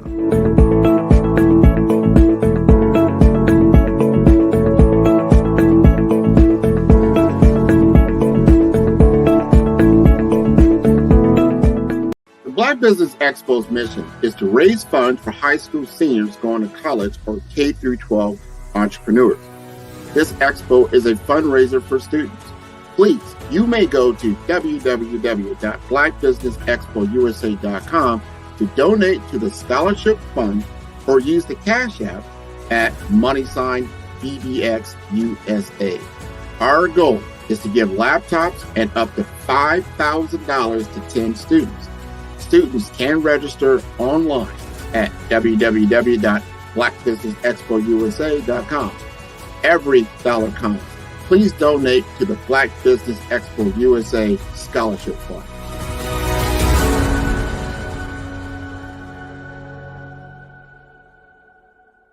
Sometimes you got to hear the news from the Black perspective, and more specifically, Black publishers. And that's exactly why you have to download the Heytie app, the largest mobile app delivering breaking news, videos, and podcasts from 200 of your favorite Black publishers. Yes, 200 Black publishers delivering news as it happens, literally all in one app. Go to HAYTI.com or download the app in the Google Play Store or Apple App Store. It's completely free, along with information that you can trust, so go check them out. Social media is evolving. It's more vibrant, more colorful, more energetic, and so are you. It's not just photos anymore. It's video, it's audio, it's subscriptions. And now there's Fanbase, a new monetized social network. Fanbase delivers the complete native app experience with full content monetization for every user. No algorithms that shadow ban your engagement or growth, and no ads. Follow anyone for free and subscribe directly to your favorite creators for $4.99 a month. Plus, show some love by tipping on any post. Also, make a Fanbase page and monetize your content the same way. Finally, connect with your followers by posting the amazing content you already create. And now, get paid for it. It's time to energize and monetize, because everyone's a fan of something and everyone has a fan base. I am from Washington, D.C., but I was raised in Durham, North Carolina. I came to Durham when I was about 5 or 6. And then I traveled back and forth to D.C. because it's where my people are from. One of the unique things about my family is my mother, she's also an artist. She does quilting. And she does a lot of artistic things. And then my son, he draws with both hands, his right hand and his left hand like I do. So that's kind of a family trait. And then my other son, he's a videographer, and my daughter, she works, she's a regional vice president for Sunglasses. When you start out drawing and sketching, you want to continue to explore, you know, each avenue. I do pastels, I do pen and ink, I do painting, I do acrylics. I haven't done oils yet. But I try to do all facets of art. What I say to a lot of times to people is, you know, you can't put yourself in a box when you're an artist. You have to explore. And over the course of my life, I've tried to explore different mediums. I also do sculpture as well. I choose my subjects by the intensity that they have in their faces, or the intensity that somebody is moving, because I do more than portrait drawings. I also do I do abstract, and then I do figurative drawing also. Well, what happened in this particular show is that I started out trying to come up with something that would be a little bit different than what everybody else is doing. So I was working on a Barack Obama show, and they wanted me to do some paintings of Barack. And so what I did was, because of the deadlines, I kind of did it kind of fast. And then I realized when I was doing it fast, I enjoyed it. And so then I started doing other pieces the same way, and I started to enjoy those pieces also. And so I came up with this particular style. And it's a style of lines and colors. And what's interesting is that when I was in college, I did a show called Lines, Colors, and I talked about the boldness of the blacks, the hotness of the whites, and this is how this has come about, you know, later on in my life. And the colors comes from a lot of the entertainers that I work with, where they wear different colors. They don't wear, you know, your plain reds or your whites. They wear different colors, and so that's also another piece of what's giving me the colors. The subtitle of this show is Faces That Speak Life. That's real critical. Faces that speak life. Each one of these pieces is a life source and a life energy that's being put on display for people that are looking at them. You know, I always say in terms of my art, it's not important that I draw them. It's important what you get out of what I draw. You know, I don't try to just draw it because you like it. People wanted me to do prints. I didn't do prints. You know, people asked me to do different people, but the people that I choose are people that make a difference in the lives of people in the world. So the human landscape idea was, again, as I say, the lines represent your emotions, it represents your ideas, and it represents your journey as a human being. And that's why you get the different pieces and the different looks. And as you notice, I try not to do one look that looks alike another look. And that's what's the most important part of the Artist to me is a creative expression of something from nothing. You know, it explodes onto the canvas, or it explodes on in my work.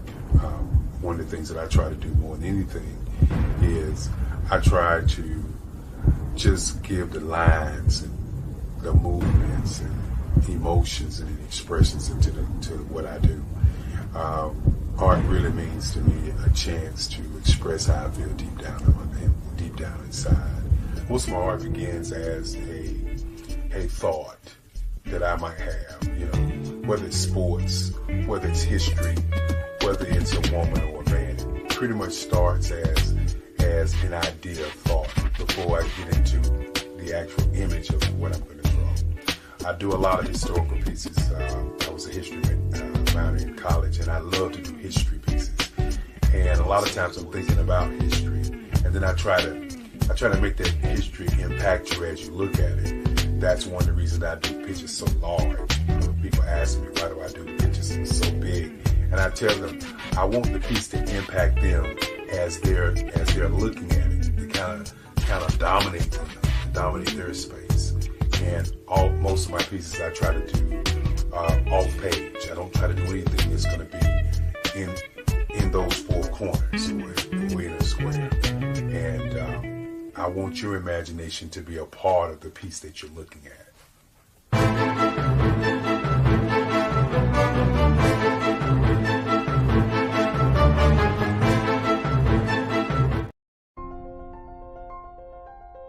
What if you could build your own city? A place where every child can find nurturing people to help them achieve their full potential. A place where every adult can access job training support. Where health education is abundant. Where social justice ruled the land. A place without limitations. Welcome. You have arrived at STEM City USA. It is what every city should be. A safe and trusted community where you find people and resources to help you become everything you are and beyond. STEM City is unlike anything you have ever experienced. It is a digital twin of the world around you, only better. STEM City is about energy and soul renewal. It is more than a digital world. You can almost feel the power of live cultural events, music, and theater.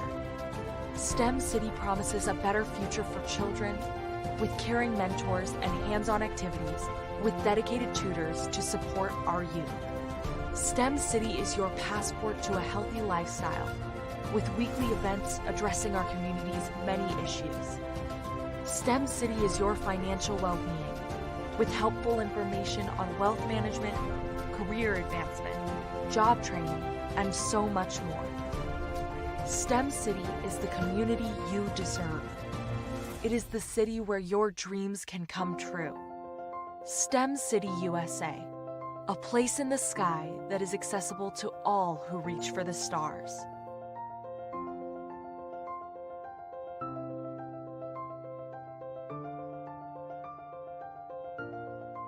Hello, I am Dr. Eric Kelly III, the visionary strategist and founder of the Black Business Olympics. I invite you to showcase your Black-owned businesses on the Black Business Network global stage. The Black Business Olympics is a global Black Business Network platform that propels Black-owned businesses into the international spotlight. By showcasing your business on the Black Business Olympics platform, you can reach a worldwide audience of potential customers, partners, and investors. You can also establish yourself as a thought leader, an expert in your field, attract lucrative partnerships, and more speaking engagements. In addition, the Black Business Olympics platform provides a valuable opportunity to connect and collaborate with like-minded entrepreneurs and business professionals from around the world. This can lead to new business opportunities, ideas, and relationships.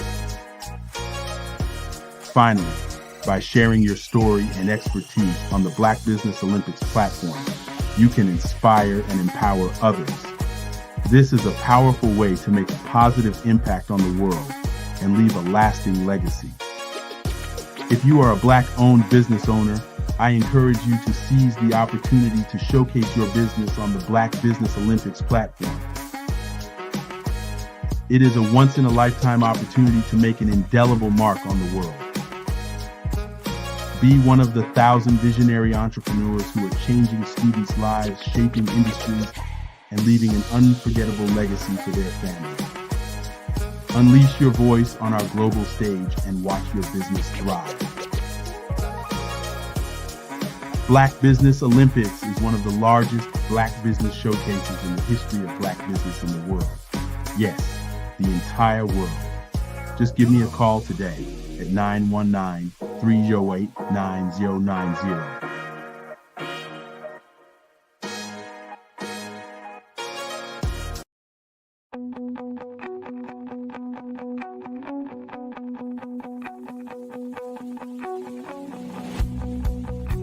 I am Black Business. From the moment I wake until the time I sleep. Yes, I am Black Business. I am Black Business. Tell me, are you Black Business? I am Black Business. Do you support Black businesses? Listen, I support Black business because I am Black Business. Black Business Expo, one of the largest business showcases in the history of Black business in the world. The world!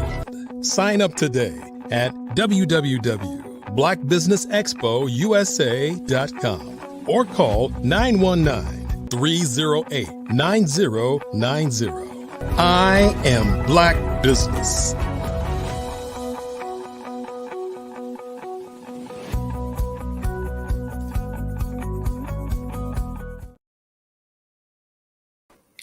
Good day, business owners, entrepreneurs, thought leaders, and corporations. Welcome to the Black Business Network. My name is Jada Charles, and I am from Guyana. I'm your business moderator for this evening on the Black Business Network. The Black Business Network is a 24-hour business network showcasing Black businesses, business owners, entrepreneurs, and thought leaders worldwide. We have speakers from North Carolina, London, Singapore, Africa, Japan, and cities all over the United States. The Black Business Network is a global community sharing its business knowledge to empower, inspire, and educate businesses about business. Our next speaker is Henry Ward. As Chief Operating Officer of BDirect, the nation's first US-based African-centric corporate board preparedness and board search company, Henry Ward's responsibilities are very broad in scope, ranging from strategic planning and new product development to sales, financial planning, and overall P&L leadership. Ward has served as one of the company's top 3 executives since its founding in late 2020. Ward's professional background is very deeply rooted in growing domestic and global businesses. Prior to BDirect, Ward served as General Manager, Healthcare Vertical at Fears, Inc., a global fintech company where he held overall responsibility for all strategic, commercial, and operational initiatives for the 100 million plus technology line of business providing software as a service billing and payment solutions. Prior to Fiserv, Ward served as Head of Product Management, Global Consumer Solutions at Equifax Inc., with overall responsibility for revenue generation, new product development, and product platform lifecycle management for the 400 million plus fintech business unit providing software as a service credit monitoring solutions. Ward also served as Global Vice President, Verint Systems Inc., with P&L ownership of Verint's $700 million global business unit providing software as a service customer engagement solutions across multiple vertical markets. In addition, Ward's professional career includes McKesson Corporation, where he served as Director, Product Management, and Business Unit Strategy Leader. Ward's earlier career encompasses leadership roles at U.S. Bank, as well as 17 years at General Electric Co. in various roles of increasing responsibility. Ward is a member of Private Directors Association, a national organization whose mission is to connect board-ready executives and current board directors with privately held companies for U.S. board consideration. He holds a BSBA in Information Systems from Xavier University, Cincinnati, Ohio, and a Lean Six Sigma Black Belt certification from General Electric Co. I present to you Henry Ward. Hi, Jada. How are you? Hi, I'm good. How are you? I'm wonderful. Thanks so much for that introduction. You're very welcome. Genius is common, and I'll see you on the other side. Thank you.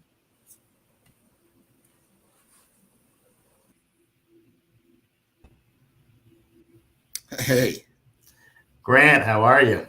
I am good, Henry Ward. It's always a pleasure to meet with you because I know it's our time to have a conversation.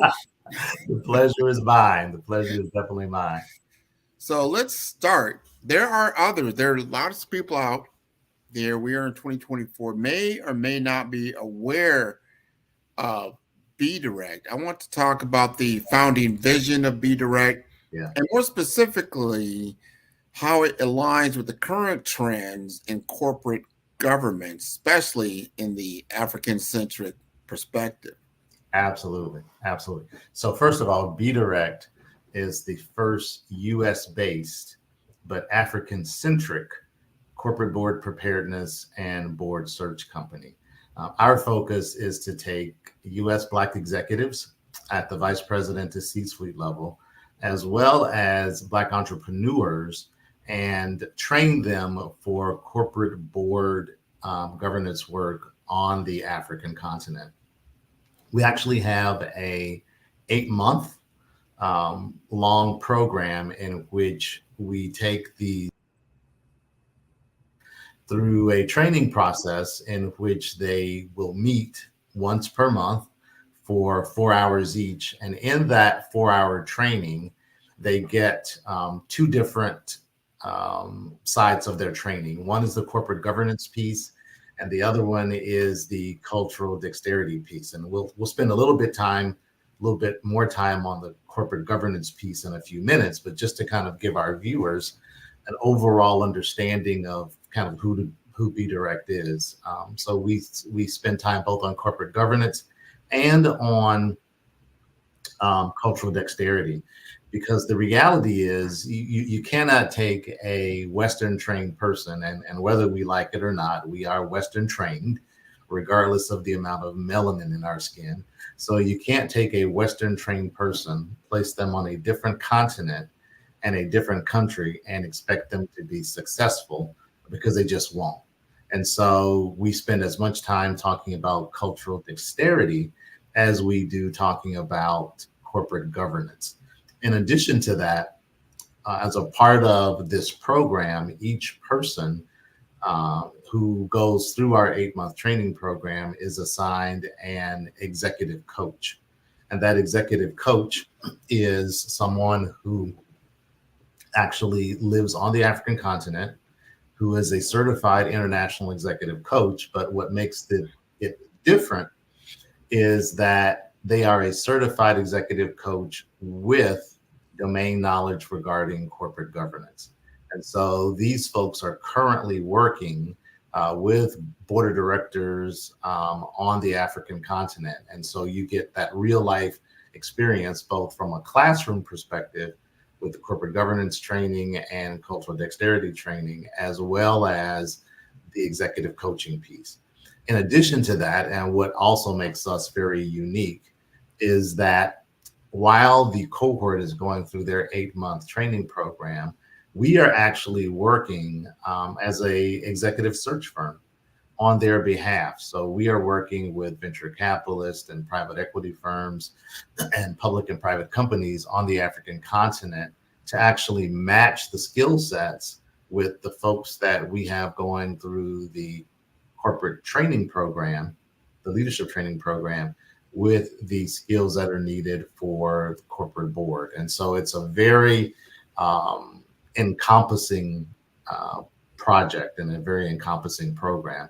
And lastly, before I drill down even more on the corporate governance side, for those that have not had an opportunity to travel to the African continent, either for business or pleasure, we offer what we call our immersion program.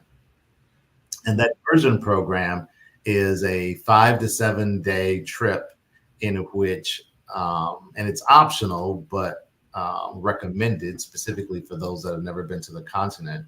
It's a trip in which we actually take cohort members over to the continent. So we'll take them to Ghana or to South Africa or to Kenya, and they'll spend actually 5 to 7 days, as we like to say, seeing Africa from African soil.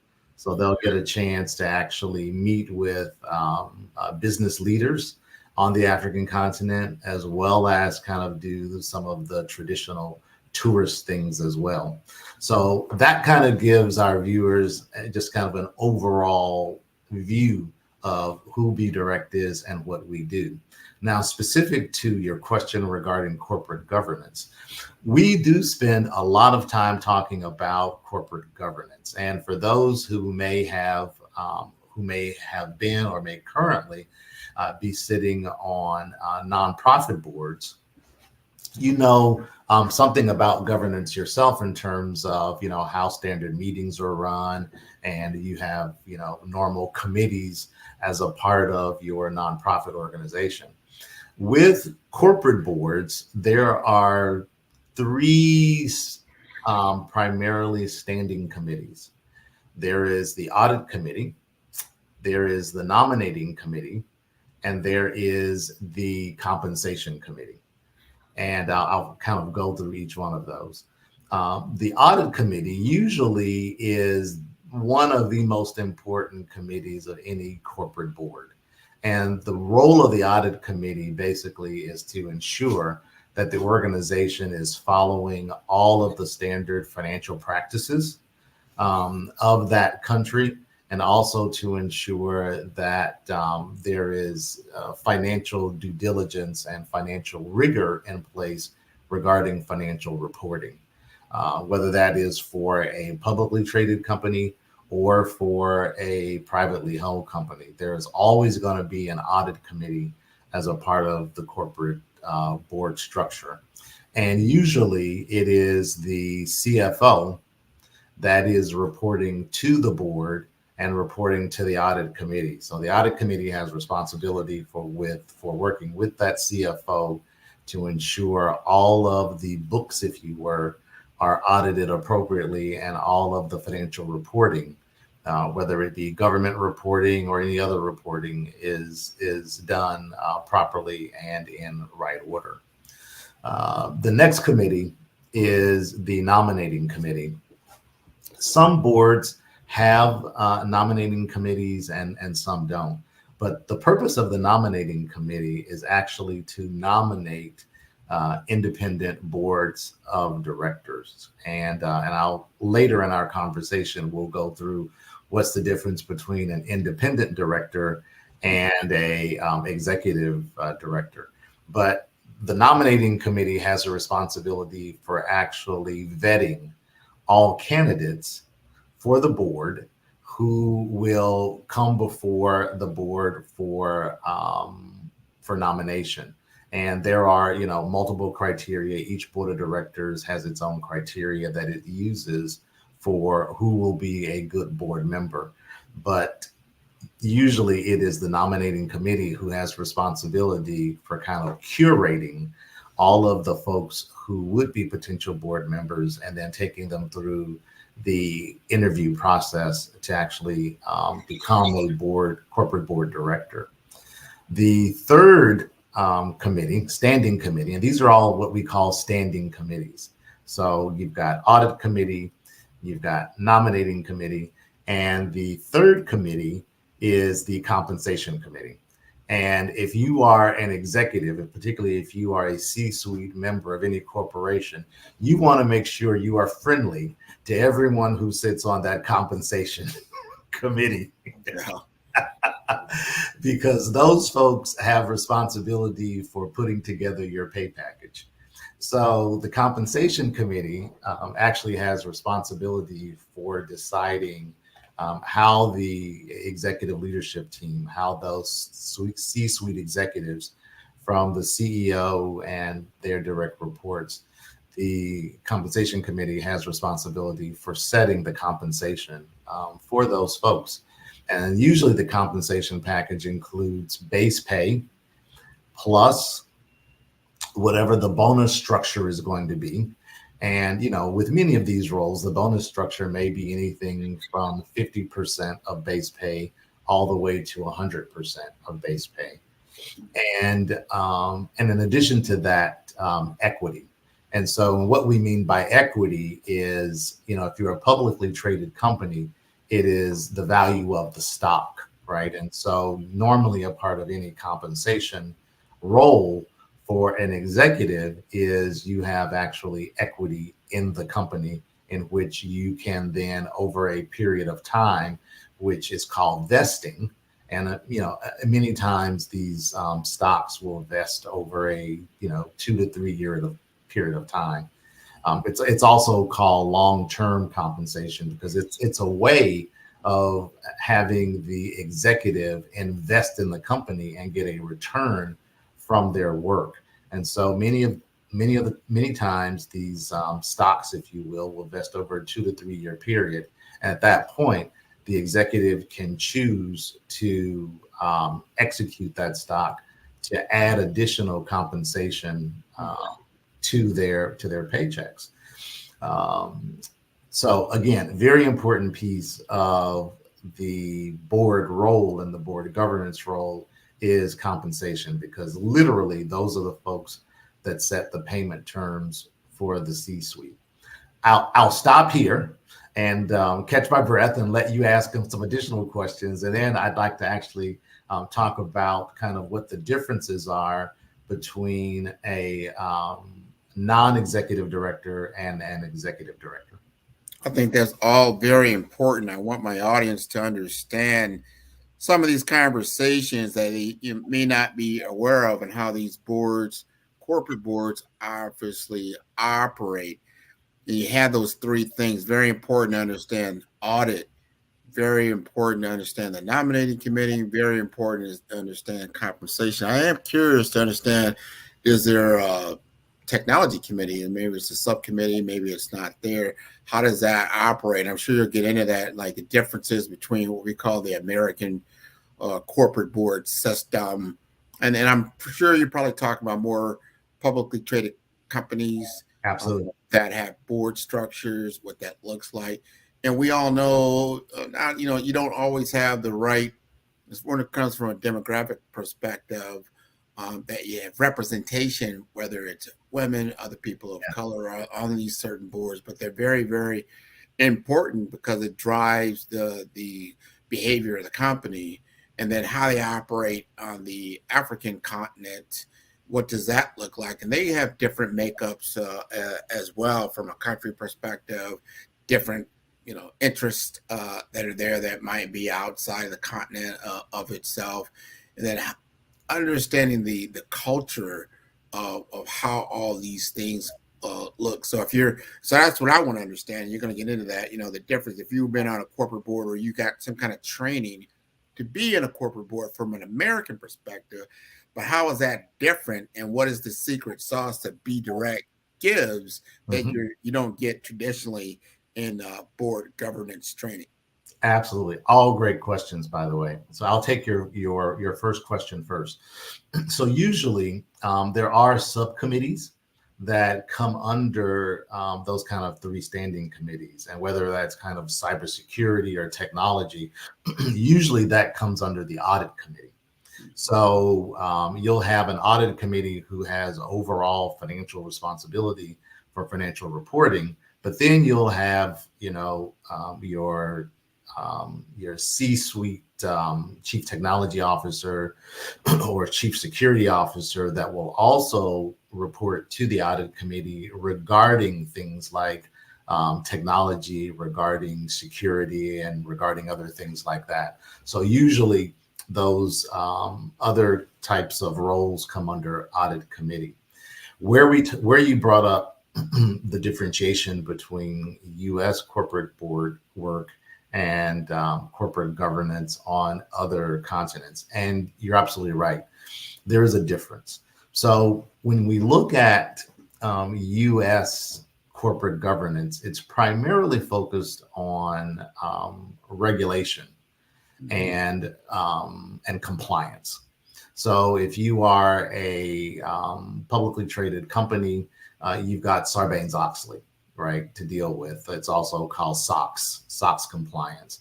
If you are a publicly traded company, you also have to deal with the Security and Exchange Commission, right? All companies have to deal with, making sure that they are that their accounting is GAAP compliant.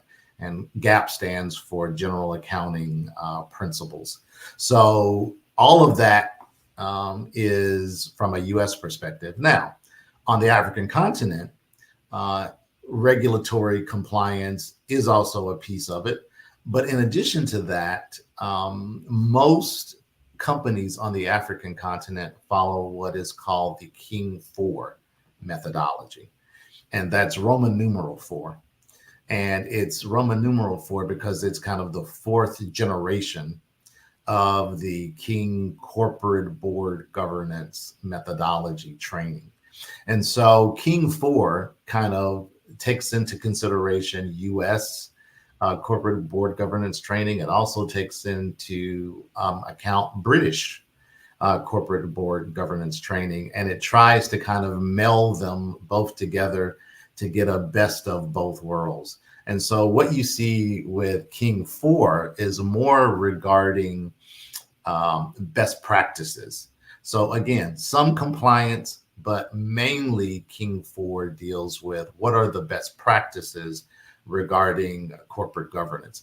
The fourth generation for the King methodology really also deals with how are you implementing what you said were your rules and your regulations for corporate governance. There may be some people who are online who are familiar with the ISO methodologies. And ISO really, and that's ISO, right? ISO is primarily focused on not just what did you say you were going to do, but show me how you actually have done that, right? Show me the methodologies that you have used to actually prove that you're doing what you say you're going to do.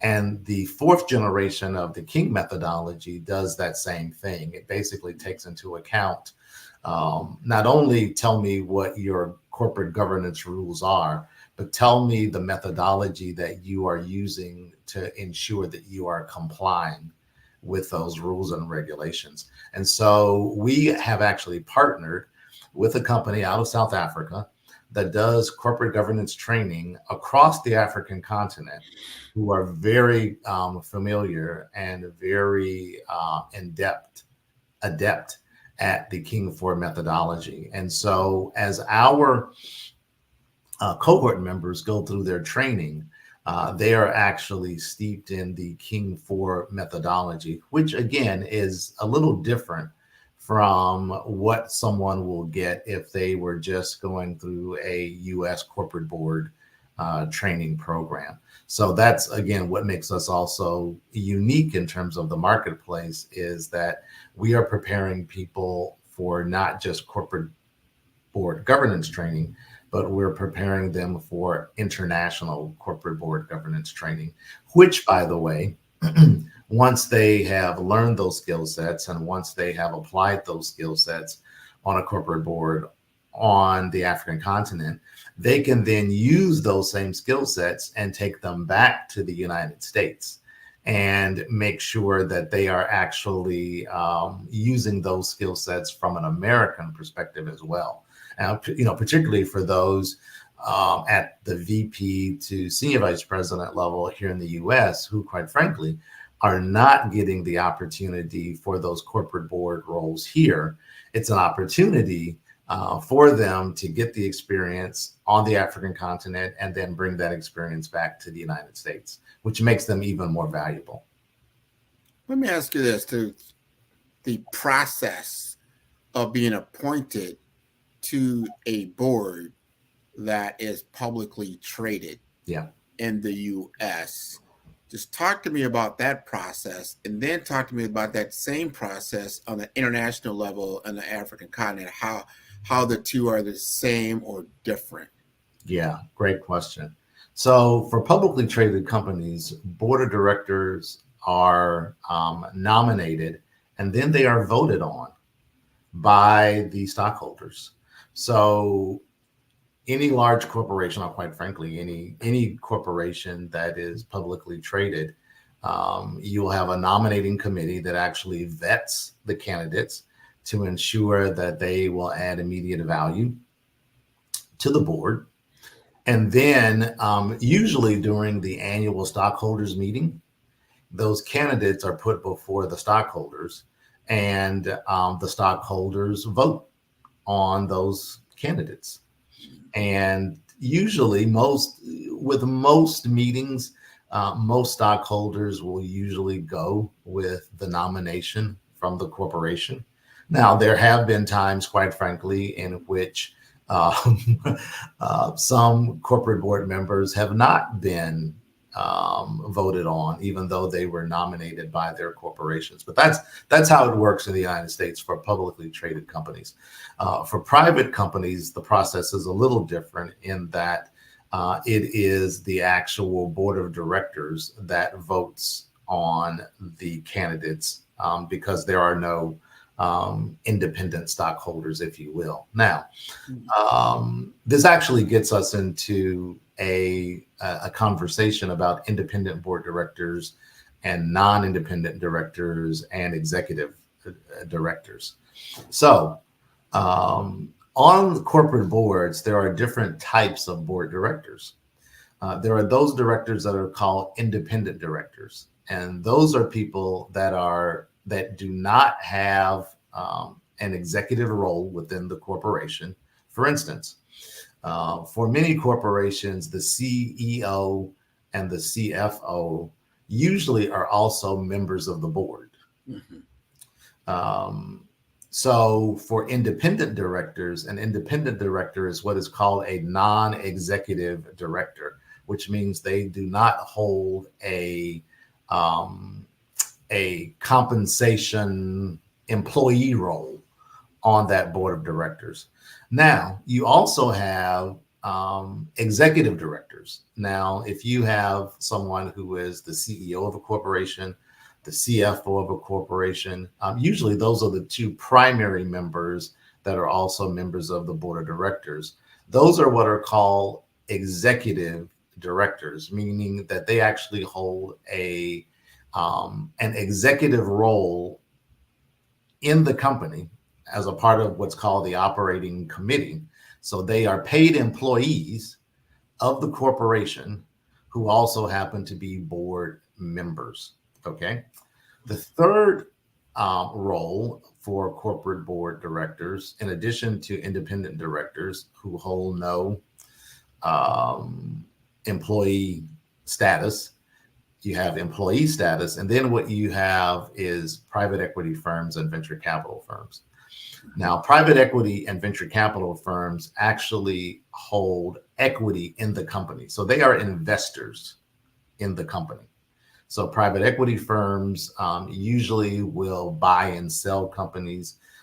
Venture capitalists usually are those who are investing in startups. So each one of these types of organizations are putting their business capital into these corporations, and they want a return on their investment.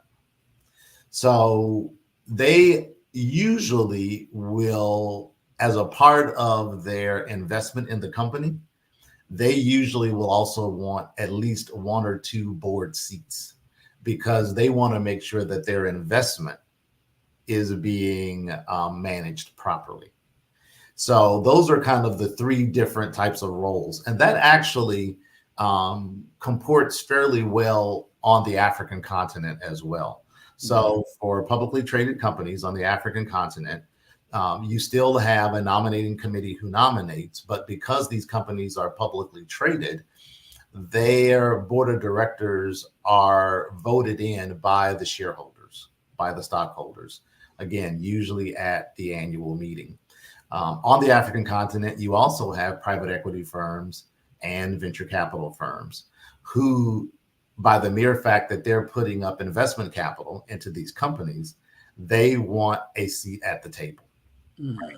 They want to make sure that their investments are being looked after properly. And so those who are either VCs or PEs will also hold board of director roles, at least one, many times, depending on the amount of investment capital that they've put into the company, they could have up to maybe 2 or 3 seats on that board, depending on, you know, how they negotiated their investment. And then you have where B Direct comes in, which is the independent directors. And the independent directors are not employees of the corporation, nor do they have outside investment opportunities that they've put into the corporation, either from a private equity perspective or from a venture capital perspective. So their whole role, the independent director, their whole role is to basically be the outside eyes looking in to the company to make sure that the company is run properly. There's an old adage called eyes in, fingers out.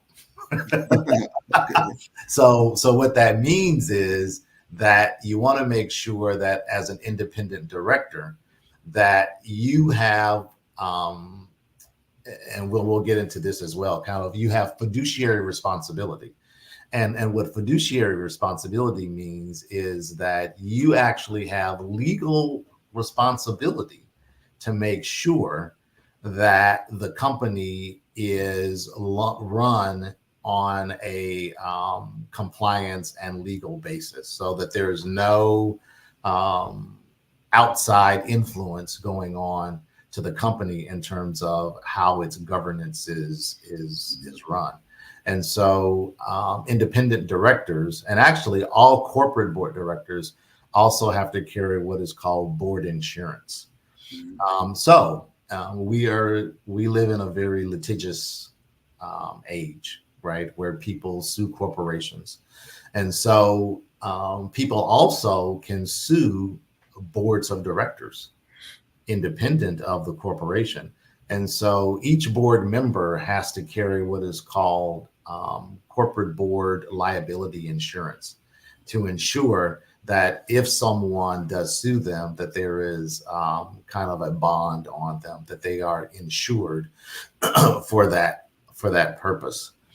This gets us into a different conversation of advisory boards versus corporate boards. And there is a difference. An advisory board member usually comes on when the company is first getting started. So let's say you've got a startup, you've got a new company, it's got some investors, whether that's private equity or from the venture capital world. So the advisory board is put in place usually as a sounding board for the CEO and a sounding board for the C-suite executives. They do not carry fiduciary responsibility. They are strictly from a advisory perspective. Now, usually advisory board members are not cash compensated. Usually advisory board members will take equity in the company. Yeah. And when that company goes public, and to some degree, it's kind of what's called kind of funny money, because you can't necessarily cash it in. The only time you can cash in that equity is when, and I'm throwing out a lot of terms here. Yeah. No, this is good information because it's good education.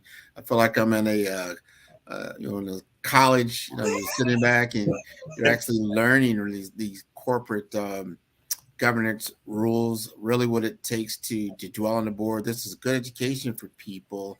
You hear about all these things in the media or whatever, but you don't really know how they operate and their importance and their value that they have in the business world. So that's exactly right. That's exactly right. So there is a difference between an advisory board and a corporate board. Usually the advisory board is put in place when the company is first starting up. So there are different stages of capital investment for corporations. There's what's called pre-seed, seed, and then you get to what's called Series A, Series B, and Series C. So pre-seed are basically when a company is just founding, and a lot of it is just sweat equity, quite frankly. Where you get a founder and several founding members, and they may put in some initial capital of their own, and the rest of it is their sweat equity. Seed capital is kind of that initial round of capital, maybe up to a couple of $100,000, in which usually someone called an angel investor, who will put up, tens of thousands or, hundreds of thousands of dollars to invest in a new company. Then you have what's called Series A. So Series A is the first kind of real round of capital where you're going to a venture capital firm and they're putting up, quite frankly, usually millions of dollars to help a company get off and running. That's to help meet payroll, to help meet any type of initial capital investments that company may need in terms of equipment or anything like that to get off the ground. So advisory board members usually come on board in that pre-seed to seed investment status to help a company get off the ground, to provide good, sound counsel to the CEO and to the executive committee. The way that they are compensated usually is through equity in the company, but that equity only can be realized when you have what is called a change of control. And that is a financial term, that is a legal term, which means that usually the change of control happens when that company is sold or goes public. So either when a venture capital firm comes in and decides, or a private equity firm comes in and decides to buy the company, a change of control happens at that point. Again, this is a legal term. Or when the company decides to go public, put itself on a publicly traded stock exchange, at that point, a change of control happens as well. And that's when any internal equity gets converted to real money. But besides that, advisory board members, they have a great title. It's a great way for them to get, board experience, but they have no legal liability. They have no fiduciary responsibility. For corporate board directors, they have fiduciary responsibility, which means they are legally liable for any misdirection that happens within that corporation. For that, they are compensated for their work. There's both cash compensation and equity in the company. In the United States, and we'll talk about how the United States also kind of compares with the African continent. So within the United States, usually companies who have revenues between, let's say, in the single millions, let's say $3 to $4 million in revenue, up to, let's say, $100 million in revenue. Usually those companies, the cash compensation for board directors is usually between, let's say, on the low end, between $25,000 to $30,000 a year cash compensation, up to let's say about $80,000 to $90,000 a year cash compensation, plus equity in the company. Now, for larger companies and for publicly traded companies, and let's say you're thinking about a Fortune 500 company, let's say you're thinking of a Coca-Cola or a Verizon or an AT&T or a Procter and Gamble or a General Electric. For those large, multi-billion-dollar Fortune 500 companies, their board of directors members will make cash compensation. And again, I'm not talking about equity at this point. Yep, right. They will make cash compensation usually between $150,000 to $250,000 a year. Mm. That is in addition to whatever their day job is. All right. Not bad. Plus, they will also get equity in the companies in which they are corporate board directors on. Now, for the African continent, and specifically for the companies that we are looking at on the African continent, where we are placing our Be Direct corporate board members, we're looking primarily at those board of director members getting cash compensation US between about $20,000 and $40,000 a year, plus equity in the company that they are board directors on. Now, think about this: if you are a U.S. citizen and you sit on 3 or 4 boards, whether on the African continent or in the United States, you're looking at up to on the lower end, an additional $100,000 in compensation per year, in addition to whatever your full-time day job is, right? Plus equity in that particular company, which is why we want to make sure that anyone that we bring forward in terms of our program can add immediate value to those boards, whether from an advisory board perspective or from a corporate board governance perspective. One of the things that we actually have found, and we didn't actually know this initially, but as we've been talking to our folks on the African continent who are actually working with corporate boards on the continent, what we found is that many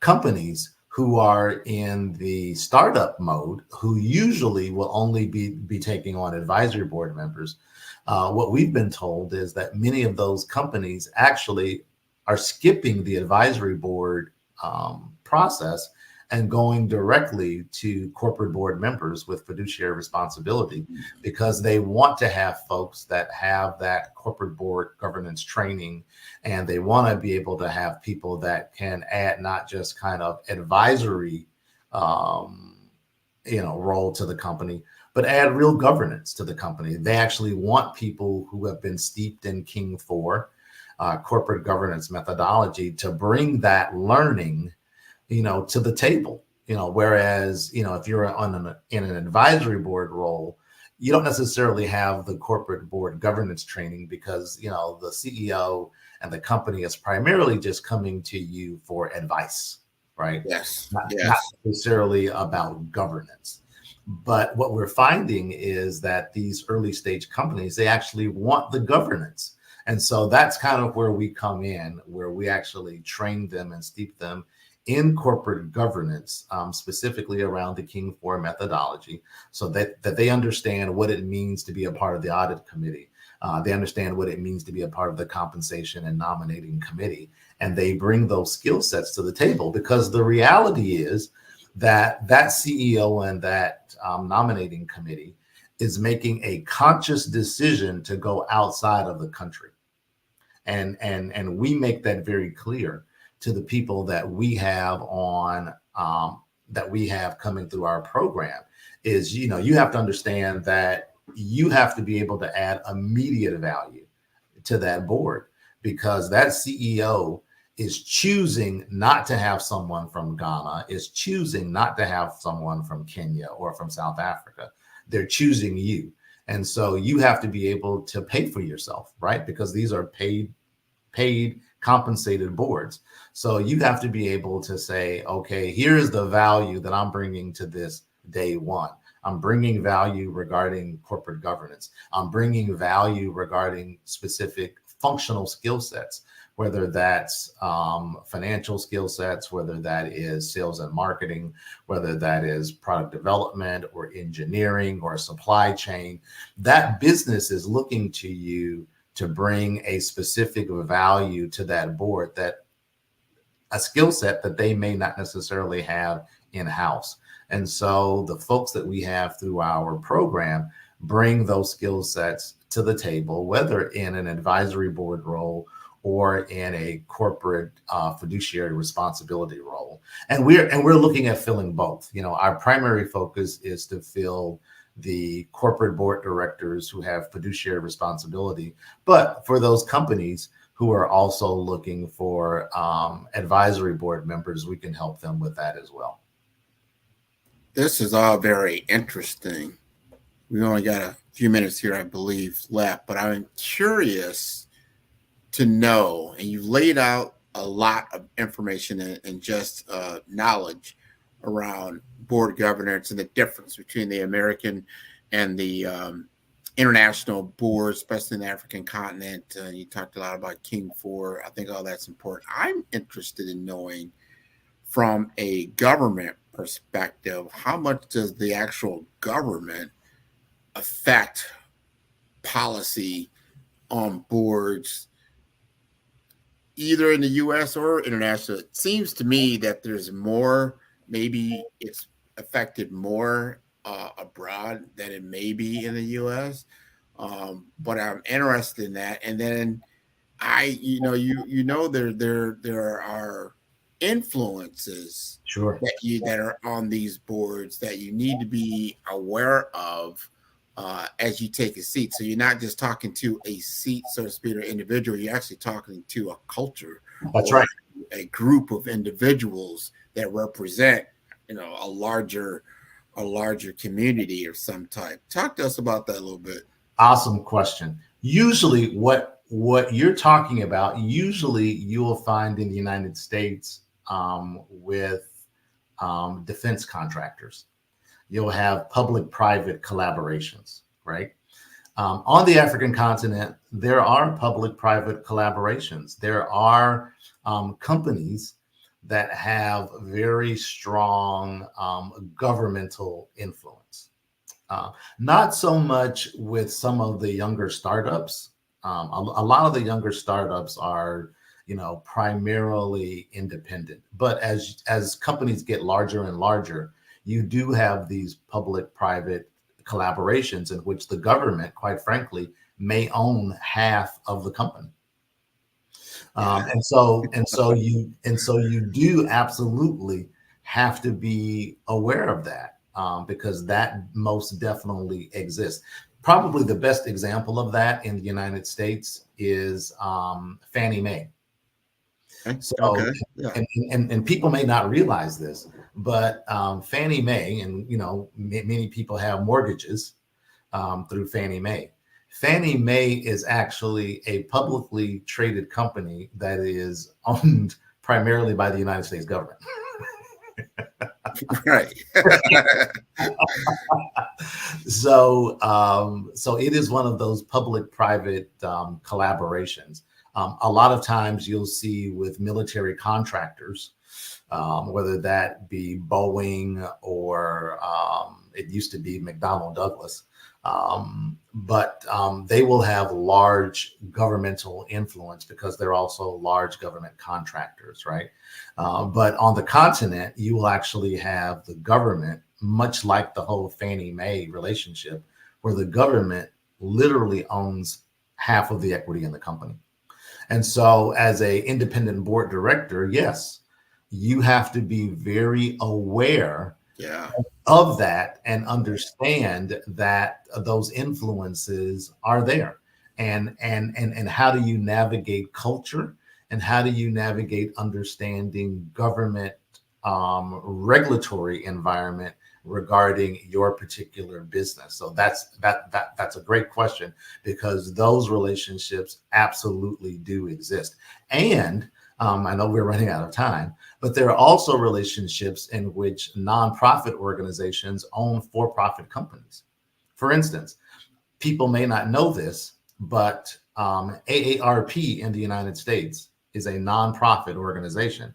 But AARP as a nonprofit owns a $3 billion for-profit company that has its own board of directors. Interesting. Yes. Yes, exactly. And so you have those relationships on the continent as well, where you have for-profits who will spin out a nonprofit. And this last thing, many people may have heard of what happened with the owner or the CEO of ChatGPT. Oh, OpenAI. Yeah. Yeah, that was a big thing what happened there. That's exactly. And that was a huge issue around corporate governance, because the OpenAI originally started as a nonprofit organization, and its board was a nonprofit board that created a for-profit corporation called OpenAI, which generated ChatGPT. And it was the nonprofit board that actually fired the CEO.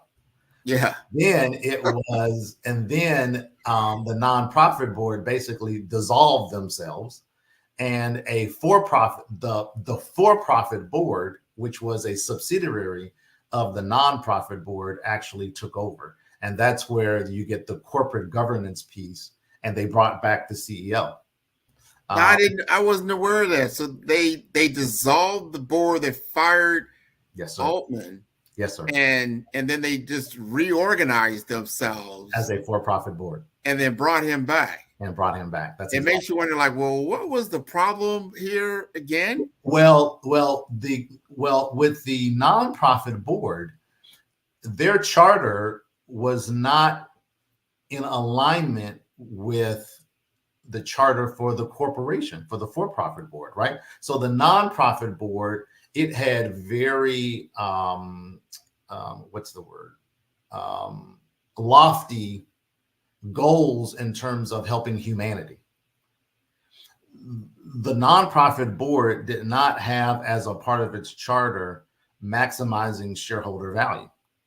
That's not why they came onto the board. Their board was to do great things. Their charter was to do great things for society. They ended up creating this for-profit corporation whose goal had to be maximizing shareholder value. And so what you had is competing interest.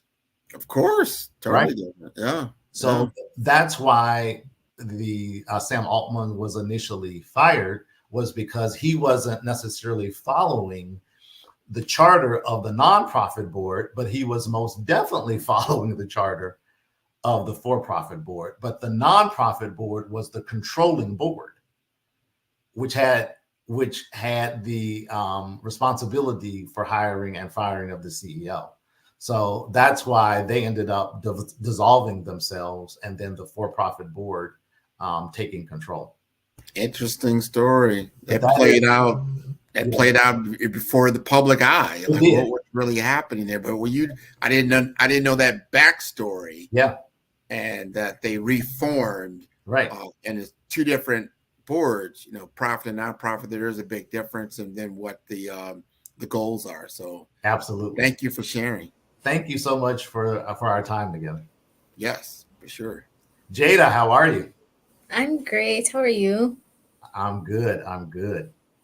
Okay, so before we let you go, I have one more question. Sure. And it's, as a 17-year-old student, I'm interested in how does your company help students globally? Great question.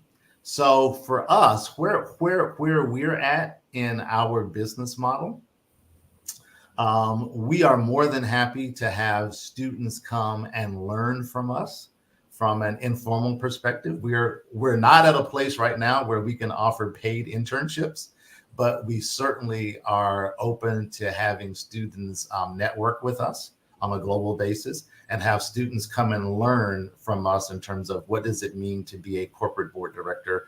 What does it mean to be an advisory board director? So, we're more than happy to have students come work with us. Okay, I would definitely take this advice and also pass it on to my friends. Please So do. thank you so much for such an exceptional presentation and for sharing some of your knowledge with us. It was definitely a pleasure to have you here with us today. Absolutely. If I could just do one thing for those that are interested, please go to our website, which is www.globalboarddirector.com, all one word, globalboarddirector.com. Go to our website. In addition, if you are interested in learning more about our organization, you can email us at info at globalboarddirector.com. And Okay, thank you. please also feel free, I'm on LinkedIn. Please also feel free to connect with me on LinkedIn. Okay, thank you so much. Have a great day. You too. Thank you so much. Genius is coming, and I'll see you on the other side. Thank you. The Black Business Expo's mission is to raise funds for high school seniors going to college or K-12 entrepreneurs. This expo is a fundraiser for students. You may go to www.blackbusinessexpousa.com to donate to the scholarship fund or use the cash app that's on the screen below, BBXUSA. Our goal is to give laptops and up to $5,000 to 10 students. Students can register online at www.blackbusinessexpousa.com. Every dollar counts, so we want to remind you to donate to the scholarship fund. We want to thank our Black Business Expo USA sponsors for February 2024. NC100, Moody Capital Partners, Sweet Soul, Lotus Reach Coaching and Training, Carolina, Virginia Minority Supplier Development Council, Step Management, Barbara H. Smith, LLC, The Hello, LLC, 5-Star BDM Media, Margie McLean Foundation, Inc., Genius is Common, Earth Essentials, Malayan Shiny Global, Executive Women's Success Institute, The Quality Coaching Company, Superwoman Business Services, Creative Force Studios, Lee Entertainment, Artistic App Design, Black Business Expo USA. Genius is Common, and I'll see you on the other side.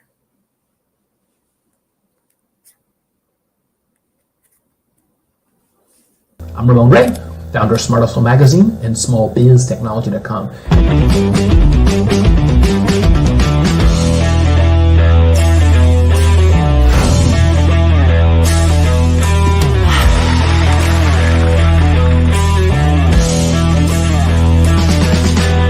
You're here today to celebrate small business success.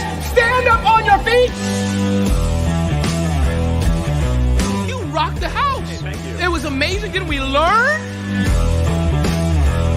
For me, success comes from failure. One thing not to do is shake somebody's hand like this.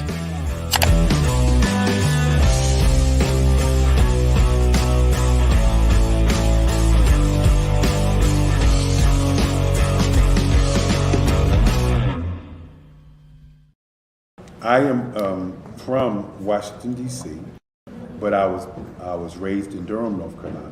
I came to Durham when I was about 5 or 6, and then I traveled back and forth to D.C. because it's where my people are from.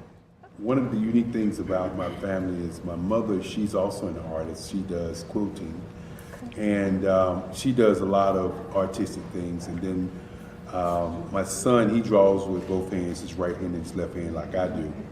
So that's kind of a family trait. And then my other son, he's a videographer, and my daughter, she works, she's a regional vice president for Sunglasses. When you start out drawing and sketching, you want to continue to explore, each avenue. I do pastels, I do pen and ink, I do painting, I do acrylics. I haven't done oils yet. But I try to do all facets of art. What I say to a lot of times to people is, you can't put yourself in a box when you're an artist. You have to explore. And over the course of my life, I've tried to explore different mediums. I also do sculpture as well. I choose my subjects by the intensity that they have in their faces, or the intensity that somebody is moving, because I do more than portrait drawings. I also do I do abstract, and then I do figurative drawing also. Well, what happened in this particular show is that I started out trying to come up with something that would be a little bit different than what everybody else is doing. So I was working on a Barack Obama show, and they wanted me to do some paintings of Barack. And so what I did was, because of the deadlines, I kind of did it kind of fast. And then I realized when I was doing it fast, I enjoyed it. And so then I started doing other pieces the same way, and I started to enjoy those pieces also. And so I came up with this particular style, and it's a style of lines and colors. And what's interesting is that when I was in college, I did a show called Lines, Colors, and I talked about the boldness of the blacks, the hotness of the whites, and this is how this has come about, later on in my life. And the colors comes from a lot of the entertainers that I work with, where they wear different colors. They don't wear, your plain reds or your whites. They wear different colors, and so that's also another piece of what's giving me the colors. The subtitle of this show is Faces That Speak Life. That's real critical. Faces that speak life. Each one of these pieces is a life source and a life energy that's being put on display for people that are looking at them. I always say in terms of my art, it's not important that I draw them. It's important what you get out of what I draw. I don't try to just draw it because you like it. People wanted me to do prints. I didn't do prints. People asked me to do different people, but the people that I choose are people that make a difference in the lives of people in the world. So the human landscape idea was, again, as I say, the lines represent your emotions, it represents your ideas, and it represents your journey as a human being. And that's why you get the different pieces and the different looks. And as you notice, I try not to do one look that looks alike another look. And that's what's the most important part of this show.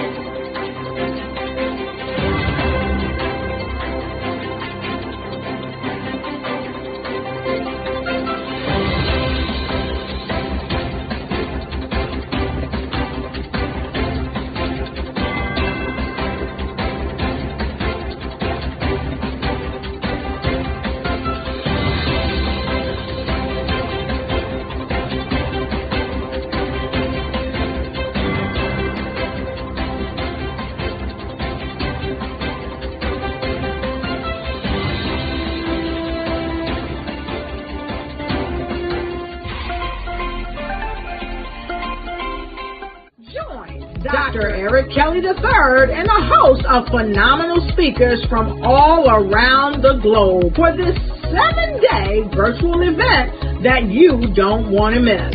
The mission of the Black Business Expo is to raise scholarship money from kids all the way from high school all the way from college. The Black Business Olympics is one of the largest Black business showcases in the world. It is an opportunity for businesses and companies to showcase their businesses globally. We are going to be giving away laptops up to $5,000 away to students. Again, I'm Olivia Appleberry, the founder of 2 Cents Finance and one of the speakers for the expo. I am so excited to see you there. For more info, go to www.blackbusinessexpousa.com or call 919-308-9090. and hope to see you there. I am Black Business. From the moment I wake until the time I sleep. Yes, I am Black Business. I am Black Business. Tell me, are you Black Business? I am Black Business. Do you support Black businesses? Listen, I support Black business because I am Black Business. Black Business Expo. One of the largest business showcases in the history of Black business in the world. The world! Sign up today at www.blackbusinessexpousa.com or call 919-308-9090. I am Black Business. I am Black Business. From the moment I wake until the time I sleep, I am Black Business. I am Black Business. Are you Black Business? I am Black Business. Do you support Black businesses? I support Black business because I am Black Business. Black Business Expo, one of the largest business showcases in the history of Black America in North Carolina. Join Dr. Eric Kelly III and a host of phenomenal speakers from all around the globe for this 7-day virtual event that you don't want to miss. The mission of the Black Business Expo is to raise scholarship money from kids all the way from high school all the way from college. The Black Business Olympics is one of the largest Black business showcases in the world. It is an opportunity for businesses and companies to showcase their businesses globally. We are going to be giving away laptops up to $5,000 away to students. Again, I'm Olivia Appleberry, the founder of 2 Cents Finance and one of the speakers for the expo. I am so excited to see you there. For more info, go to www.blackbusinessexpousa.com or call 919-308-9090 and hope to see you there. I am Black Business. From the moment I wake until the time I sleep. Yes, I am Black Business. I am Black Business. Tell me, are you Black Business? I am Black Business. Do you support Black businesses? Listen, I support Black business because I am Black Business. Black Business Expo. One of the largest business showcases in the history of Black business in the world.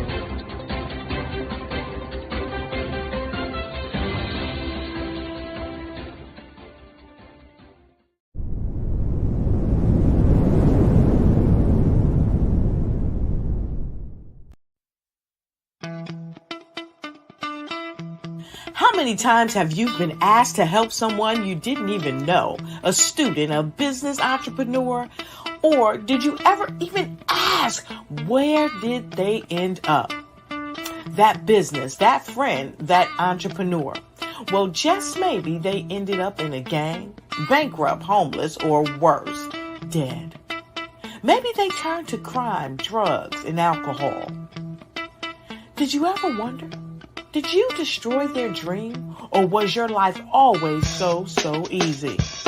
At the Black Business Olympics, we started a movement to help students complete. Give them hope and foster success. Help them to leave their dreams of providing laptops, computers, and up to $5,000 in scholarship funds. Today, we ask you to help a student, a business owner, or an entrepreneur to realize their dreams by sponsoring them, supporting them, and buying from them. Consider this. With $1.6 trillion in our Black community, we only ask for a small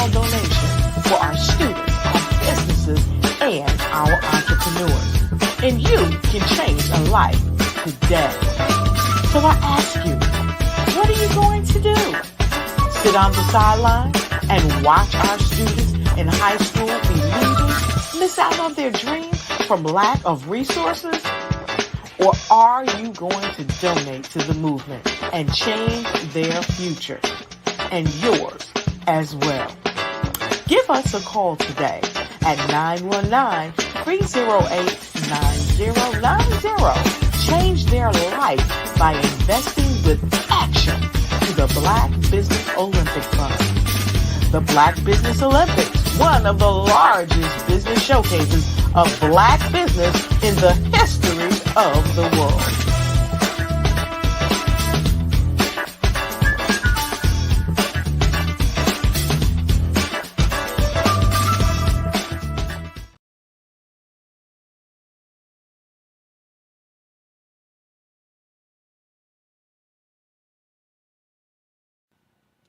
Hello, my name is Kiasi Helm and I'm 14 years old. I think my genius would probably have to be setting goals and achieving them. I say this because ever since I was young, I always wanted to be an author, and at age 11 I ended up achieving this. But not only did I end up becoming an author, I ended up becoming a public speaker, a publisher, a business owner, all these great things. The name of my business is Written by Kids Publishing Company. I decided to start this company because I thought it was important for me to help kids my age express themselves through literacy and just achieve their own goals. Because to me, achieving goals is the best thing in the world to feel. It's you just achieving things and aspirations that you set for yourself. And I know that everybody is capable of this because even if you don't end up achieving the goal, you still tried your best, and that's the most important thing. And everybody is capable of this because genius is common. Thank you.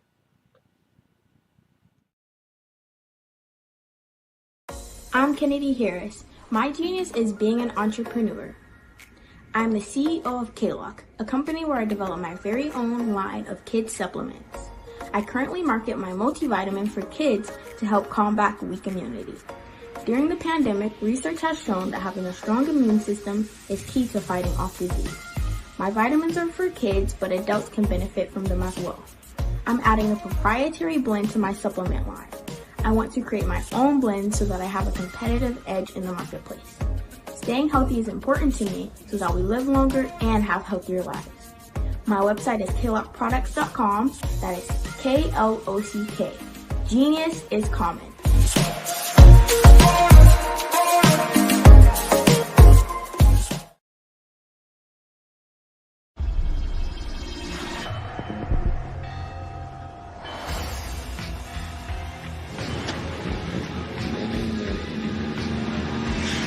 La connexion BU. La connexion BU.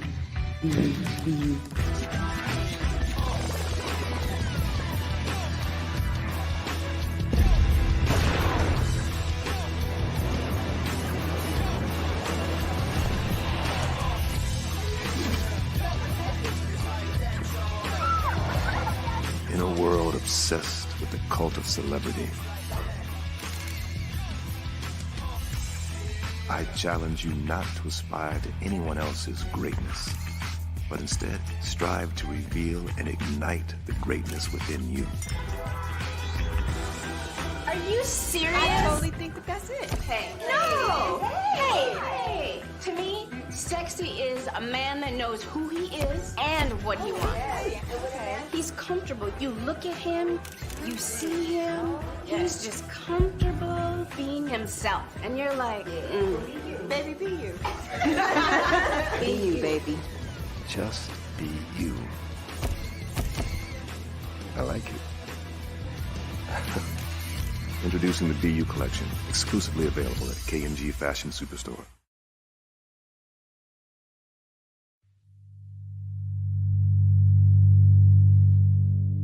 So what we have to do is when we get in a spot, we need to create some spots for us. That's the main thing. We need to be able to be in a position where we're able to create those spots for us. For me, being an entrepreneur, I'm not just going to get a business and then leave you sitting high and dry. If you ask me some questions about entrepreneurship, I'm going to give you as much as I received.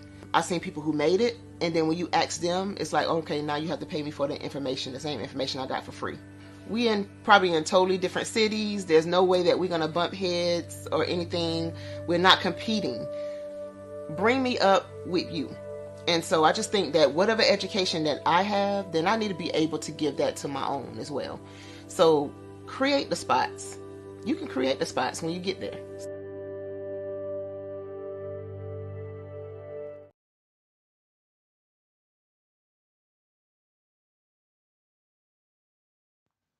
Genius is common, and my genius is nutritional strategy. I am Shawnee Smith, the owner and creator of Can Do Spice. Can Do Spice was created because I knew that adding herbal and mineral supplements to my diet did not have to be boring.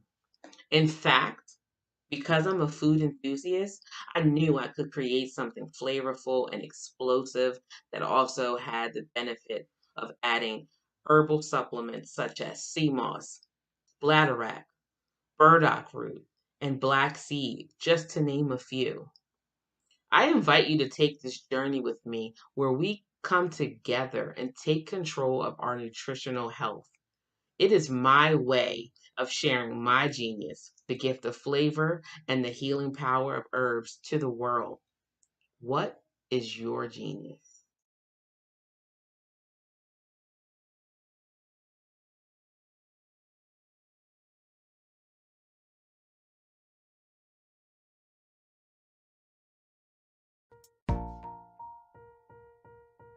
Have you ever seen a parent stressed out and needed a stress reliever with their child? One morning I was coming out of a store and saw a mother and her 3 or 4-year-old son. She was highly upset, actually beginning to yell at him. However, the more upset she became, it seemed the calmer the child became. He sat down on the sidewalk, crisscross applesauce, folded his arms, and looked up at her with a smile. You see, the angrier she became, the calmer he became, because he had the control of the situation. Hi, I'm Frizelma Lynn. I am the CEO and founder of Frizelma Teaching Parents, LLC. I'm a retired teacher, school district administrator, an author, speaker, and I am the parenting 911 coach. My mission is to rescue families by equipping parents with proven, effective, and practical strategies to enhance their parenting skills. Many times we as a society expect parents to teach, train, and raise their children without providing the necessary tools they need to accomplish this. However, parenting issues cannot be resolved without intervention. Therefore, Frizelma Teaching Parents has provided coaching programs, digital courses, and live webinar trainings to provide step-by-step research-based parenting strategies, even for parents whose children are disrespectful, defiant, for those who have been diagnosed with ADD and ADHD, and even for parents of adult children.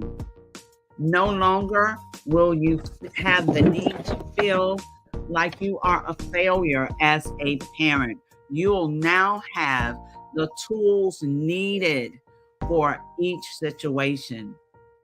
Trust me on this one. Go to www.parenting911.org. Book a 15-minute strategy session with me or choose one of the coaching programs. Our training helps parents relieve stress.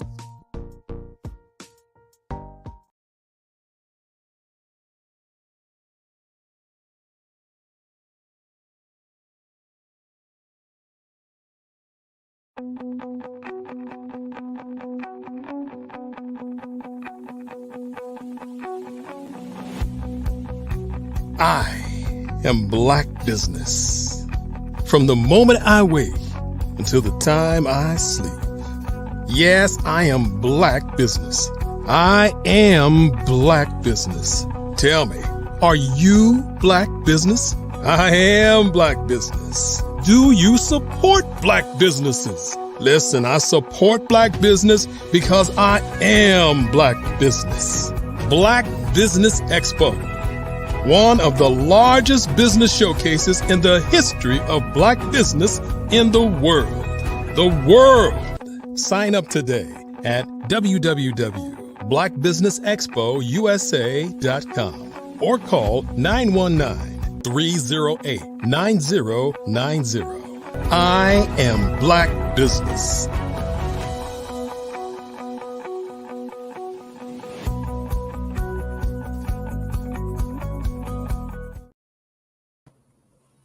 Good day, business owners, entrepreneurs, thought leaders, and corporations. Welcome to the Black Business Network. My name is Jada Charles, and I am Guyanese. I am your business moderator for this evening on the Black Business Network. The Black Business Network is a 24-hour business network showcasing Black businesses, business owners, entrepreneurs, and thought leaders worldwide.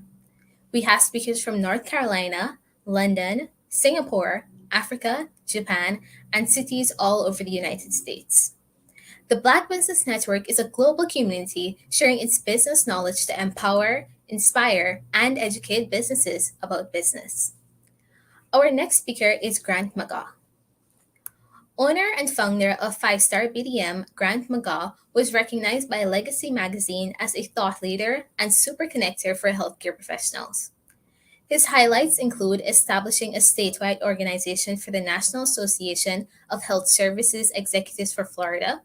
He serves as the immediate past president and as Regent National Board Member of NAHSE.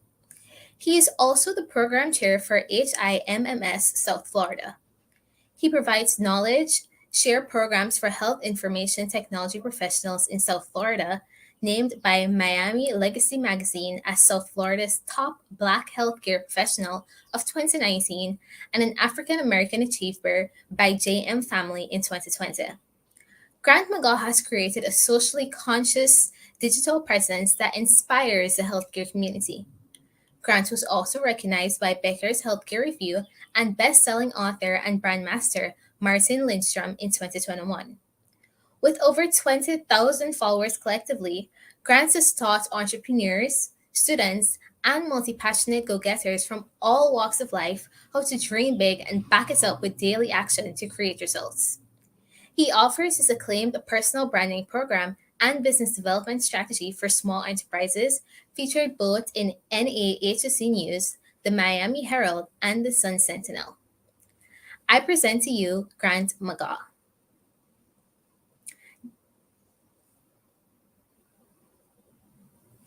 Hello. Let me come off of mute. Hi, how are you? I'm great. How are you? I'm great. The way you read that bio, I felt so good. I was just floored. I wasn't expecting that, and so that was wonderful. There's my partner in crime. Thank you so much. Hi. Hello. How are you? That was an amazing bio that you read on Mr. Grant. So yes, very impressive. Thank you so much. Ms. Charles has been doing a wonderful, wonderful job this afternoon. I'm very, very impressed. Awesome. Thank you. Okay, so now we'll have a fireside chat with Dr. Tandra Price and Mr. Grant McGaugh. Genius is common, and I'll see you on the other side. Awesome. Well, Miss Tandra, Dr. Tandra Price. Every time I get an opportunity to have a fireside chat with you, I always get excited because you have the energy. You have the background, you have the experience. We talk the same talk. You understand the power of digital networking of itself. And then you've made this pivot, this transformation in your career from network marketing, sales professional, to now being a speaker, author, and a networking coach. Talk to us about that journey and why you took this course in life. Well, really, again, I'm trying to just change the networking space and really just kind of amplify my voice and let the audience and my audience know that the power of networking is real. I took that transformation when I, connected with other speakers that were just on the stage and telling their story, how they got started, and what their experience was. And I've always known that the power of networking is real. But I know a lot of people are intimidated behind networking. So I kind of just took the transition of my experience because, we can always use our experience and grow from that. But I took that and just really started just implementing programs that would help entrepreneurs, especially those who were challenging with, starting conversations with people. It was just a way of really being able to get back and help with my community that I already have. I totally agree with that. I've had a lot of people ask me, like, Grant, how were you able to network so fluently? It seems easy to you. And when I talked to them, I said, you've got to take the attention off of yourself.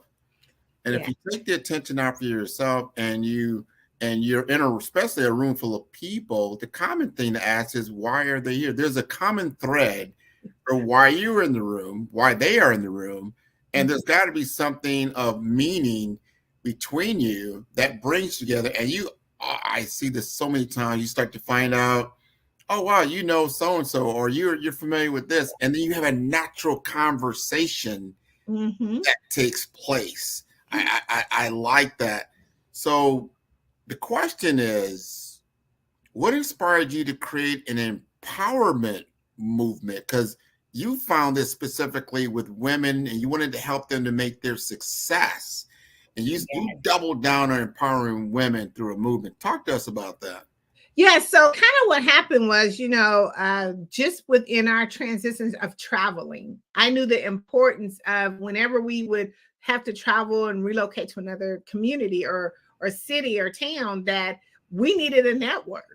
And in order way to get that network was to really gather other women who were having the same issue as that I was having.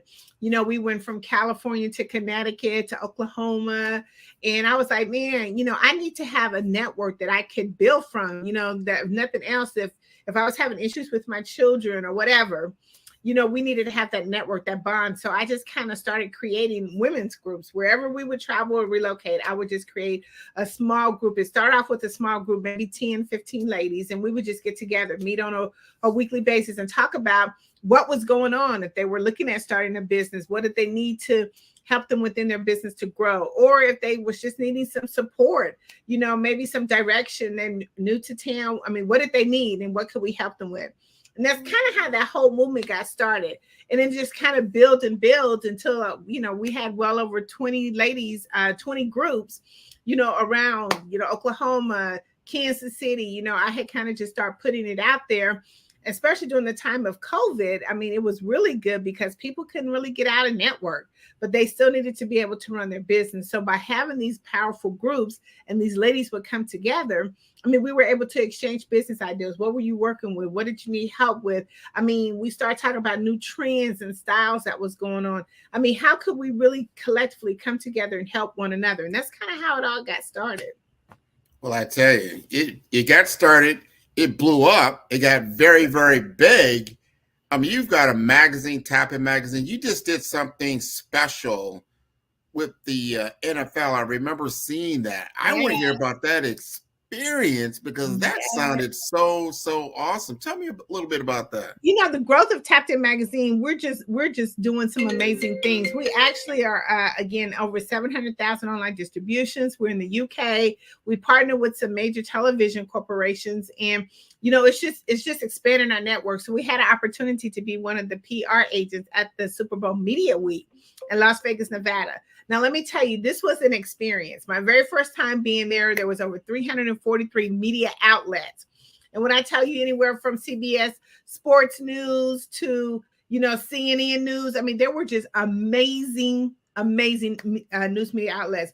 And it was surprisingly, we were able to sit down and talk with them. They were able to interview us. We were able to interview them. And one of the things that we talked about, which is what my topic was touchdown. It was called Touchdown Talks, where NFL and players are making touchdowns on the field, but they're also making touchdowns off the field. They're making major impacts in their community that because of all the negative publicity, I wanted to change the narrative to a positive so we could be able to highlight them in a positive way to help their community know it wasn't just a name to the fame. They are really actually doing something in the community. But it was amazing. We got opportunity to interview, meet some stars. And, it was an experience that I think that if you are a PR agent, anybody would want to really take advantage of that. Not leaving from that, we were able to make some major, major connections and take Tapped In to the next level. Well, you are definitely on the next level. You threw out those numbers so quick. 700,000 subscribers subscribe to your magazine online. We started this conversation talking about simple networking, just going into a meeting and being able to present your card and what you do, your elevator pitch, and just making yourself visible, how to follow up. And you're talking about 700,000 subscribers. Yes. That's a lot of talking, Dr. Tandra. Yes, here's our motto. Our motto is each one promote one. And by having that particular motto, again, when we started the publication, we wanted to change the networking space. Again, this was the time during COVID, and we were like, listen, how can we really promote one another? You can promote by being put on the front cover of a magazine because you're going to share that with all your networks. The more people we got, the more, exposure each person got, but it had an opportunity for people to actually read the stories. I mean, these people are making huge impacts in their community, in their business. And it's not like, they could get out. I'm not saying they couldn't, but get on like an Essence or a Vogue or something like that. We know the guidelines are a little bit different.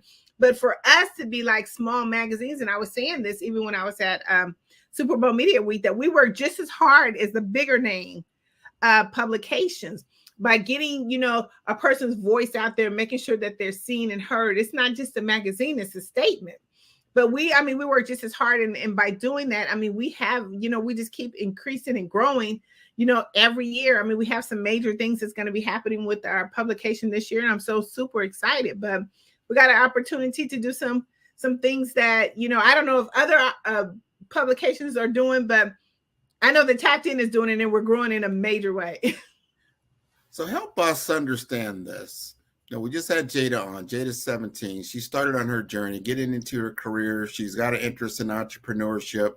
She's working behind the scenes here now at the Black Business Network. She wants to know how you got not only just started, but how you started to get those big pivots, that you did the right thing, talked to the right person, and you watched not only your magazine grow, your brand grow. What were some of the secret sauce that you can share with Miss Jada Charles?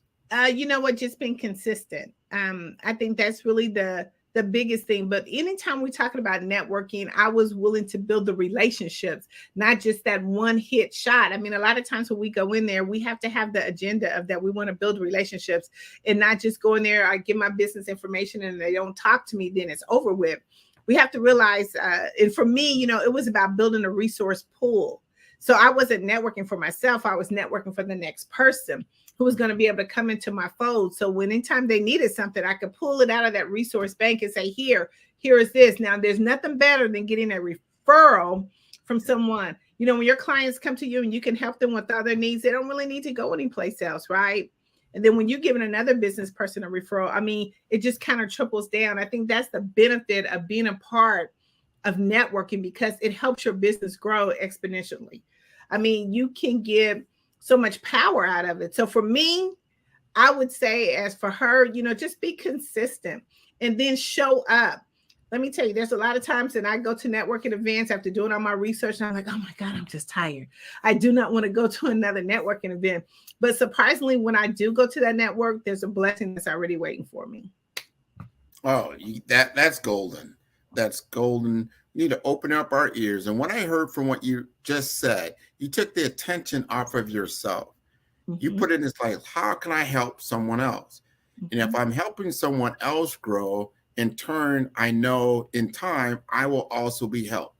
Because when you begin to have that brain like, I'm going to, Dr. Tandra Price, yeah, you know her, man, she helped me with my business growth. She turned me on to so-and-so and so-and-so. Mm-hmm. And now, and look at it, I'm doing it. So when something comes up, I'm going to bring that back to her.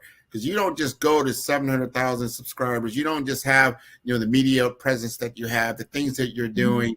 And because you have those things, it becomes a lot easier for you when you start looking at your coaching business or your speaking business or the books that you're in, because you have a story to tell. And that brand resonates, in the community. When you're not even in the room, that Tandra Price card is still working the room. Well, you know what? I call them, I'm walking billboards, right? When we are able to do a transformation for someone's life or business, they now become your walking billboard. I mean, they can say, hey, just like you said a minute ago, hey, Tandra, help me with X, Y, and Z. This would be a good person for you to reach out to. It isn't about us. It is about how do we build, sustainable relationships, and how do we nurture them and make them grow? We have to keep watering them and make them grow. And when you do that, you do build these walking billboards that help you, to put you in rooms that you would never even think about being at. When I got invited to the Super Bowl Media Week, it was a name that was mentioned. It was a referral. They reached out to me through this referral. So apparently whatever I did was amazing for them, and they introduced me and got me into the room. I mean, and I think that's the good thing about when you think about networking, because you're building those positive relationships. And it, like you said, it puts you in the room when you weren't even supposed to be in there.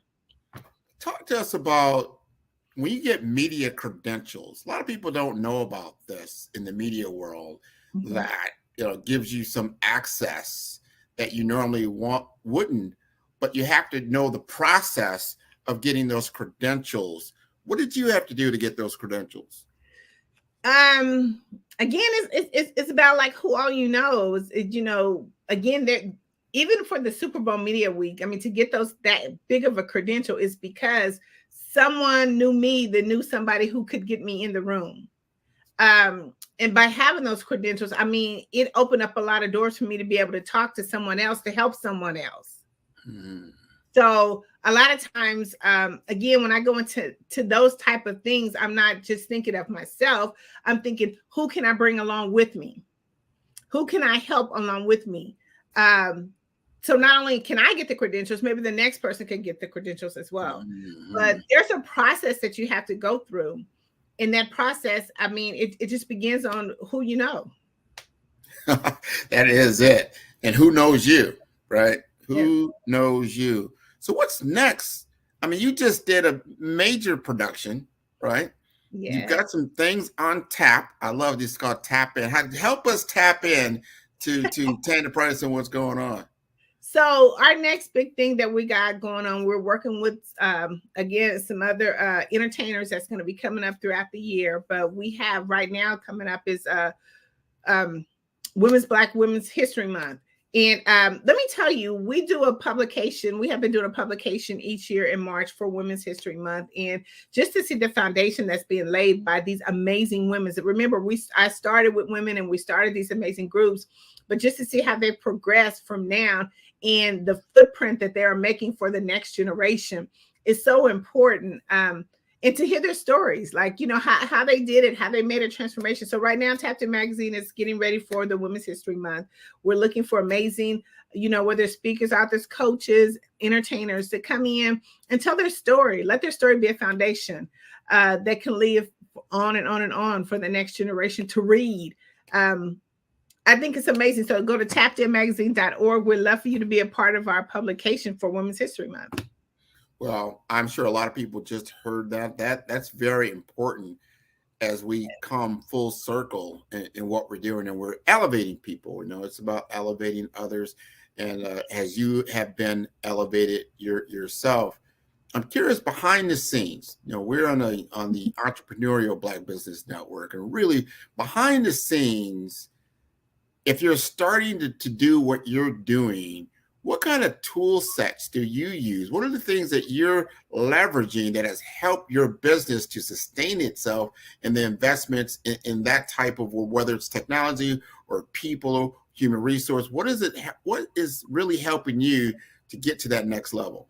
You know what? Personal development's really helping me. I'm making sure that I'm taking time to, get the information that I need to grow, staying abreast of my industry, like with every new a trend that's coming out, AI, LinkedIn, all that stuff. I'm just trying to stay well informed about what's going on. I think that's kind of what's keeping me ahead of where I need to be, or when I'm actually talking with a client or coaching a client.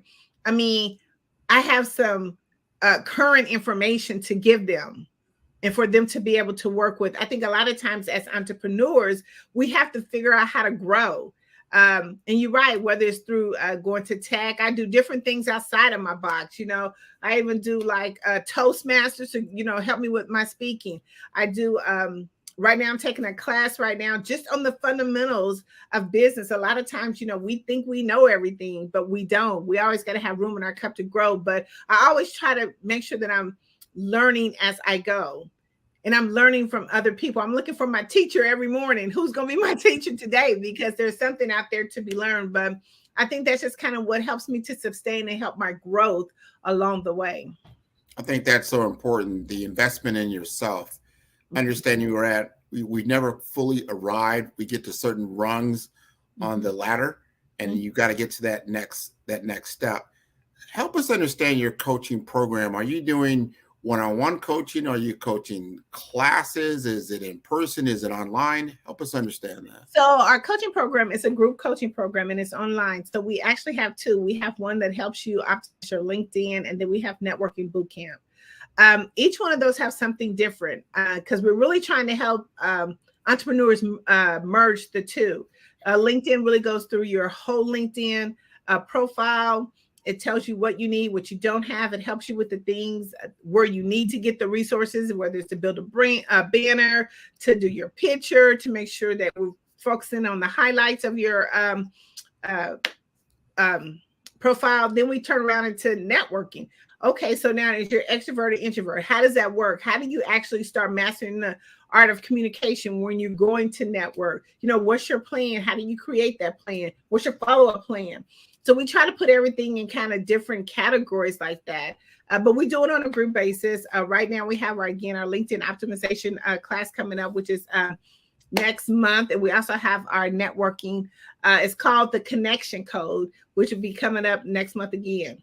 So yeah, well, we're doing them both online. There's a small minimum fee to join. They are an hour and a half each course. And then we take you into the next level after that. So is it a one-time LinkedIn course, or is it over several weeks? So the LinkedIn Bootcamp is over several weeks. It's a 6 weeks program, but the LinkedIn optimization is a one-time class. So we can maybe kind of help you with the foundation. The same thing as the bootcamp. You'll have that one-time introduction class, and then we'll have a 6-week bootcamp on different things of networking.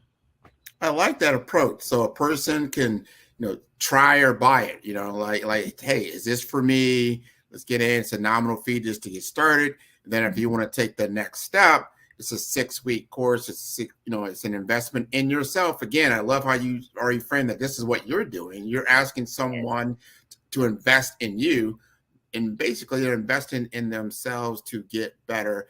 And this is what you bring to the table. Because I have noticed over and over again, especially with entrepreneurs, even career professionals, they struggle when it comes to becoming more visible.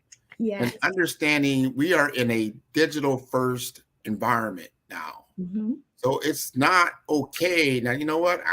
I'll just view social media or that type of thing and not really engage. Well, you're cutting off at least half of what you could be as far as your potential. Because as you stated, there's people out there that need what you bring to the table. Absolutely. And if you're not presenting yourself in a way that shows your knowledge, you don't just show up and just sell your products and services. People expect it. What they want to understand is your knowledge, who you are, what you stand for, what's your point of view, what's your personal story. Because as we get further and further along this road, you see that a lot of things are very commoditized, meaning you can get that from anywhere. So how do you differentiate yourself? But you have to tell your story. You seem to be a master storyteller. I think, each person, have to be unique. I think that people will do business with who they know, like, and trust, right? I mean, that's the whole thing. But I think you have to I don't ask my clients to do anything that I wouldn't do. You know, and that's one of the things that we have, you know, coaches and mentors. Like I even have a coach and a mentor. For me to tell someone else to get one, I mean, I have to have the same thing, but we have to continue to keep learning. And I think we have to, because of how everything is so digitized nowadays, I mean, we got to figure out future thinking. Like where's this going to take your business in 5 years, 6 years? I mean, we can't just be stagnant and at a plateau right now. I mean, what's next? And have we really thought about that and where we're going to be headed in our business? I mean, you know, they used to ask that question when you were at doing an interview, you know, where do you see yourself in the next 5 years, right? So, I mean, it's almost kind of the same thing, but we have to have someone to coach us along with that, right? Because again, we're not professing that we know everything. We got to get some help. I mean, entrepreneurship, it takes, you know, a collaboration. We can't do this thing by ourselves, and we need those others to help us along the way. So, but we have to be willing to invest the time and, you know, seek out those people that can help us do and get us to the next spot. 100% agree what you just said. Collaboration. The business landscape is changing where you get more and more people in what we call the gig economy. What does that mean? That you're not necessarily a W-2 employee for everything that you're doing. You may be more 1099, you're a contractor, you're helping out in certain endeavors.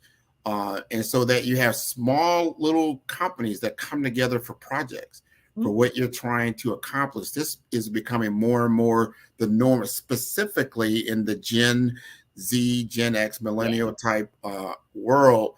This is the world that they're growing up in, where you take responsibility for paying your taxes. You're taking responsibility for your own health insurance, and you're taking on the responsibility of creating your own economy. And because we are in the what I call the creator economy, that you can, the things that you can do now, you could never do 10 years ago, 5 years ago. Think about these things that have changed that allow you to really create and manage and grow a business online at a very high level. And you think about, you say, oh, Grant, you're overshooting yourself. No, you need to take a look at on the NASDAQ and see who are the top companies in the world and what they do and the platform that they're on. And you already know their names, and the Metas and the Airbnbs and the Ubers and all. These are digital platforms. Digital platforms, yes. I mean, it was so crazy because just the other day, and it shows how far we went. The other day, I was sitting watching The View, and Dr. Phil came on there, and he's doing a whole new thing. But one of the things he said is when he started his very first show, no one was texting. I mean, no one was texting. No one was, cell phones wasn't even as popular as them. Now look where we are today. I mean, look at Hollywood. I mean, we were talking the other day, me and some colleagues were talking, and we were talking about where the entertainment industry is now, where you had to be there in order to do, or to audition for things. Now, it's a simple digitized, like you said, everything is going that direction. So we really have to be thinking, futuristic. Where are we going? Where's your business going? And can you be creative? Your imagination is now golden. And what's it worth? Because if you can imagine it, you can build it. That's and it. If you can build it and it can actually solve a problem for people, you can now reimagine so many different things. And I think about what you've done with Tap In, that you stood back. Can you make this possible? Think about this. 5 years ago, when you were getting into the Tap In space and doing these things, could you see yourself doing almost like $1 million? No.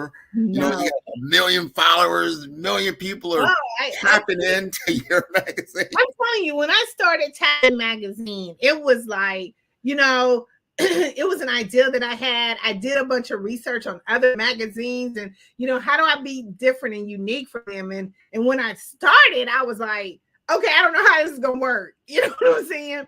I wanted to be cost effective. I wanted people to, and then the next thing it went from here to now where I am today. I mean, like, who would think I would have been at the Super Bowl on the field interviewing football players? I mean, come on. I mean, like, mean, I never thought like that. You know, I never thought to where, you know, my magazine would now be showcasing at, you know, big speaker conferences and things of that nature. So you're right. It took consistency and things of that nature to take it to the next level. Well, thank you for doing that. Yes. Hello. Thank you so much for coming here today, you guys. It was very insightful and I really enjoyed it. Thank you so much. We appreciate you. You're doing an awesome job. Thank you so much. Genius is coming and I'll see you on the other side. Yeah. Thank you.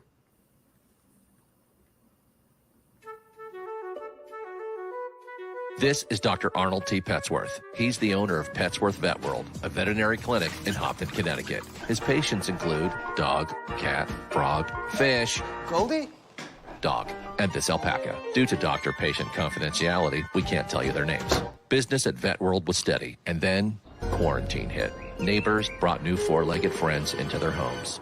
Bunnies. Bunnies everywhere. Dr. Petsworth welcomed these new patients with open arms. The only problem? There were more appointments than he could manage.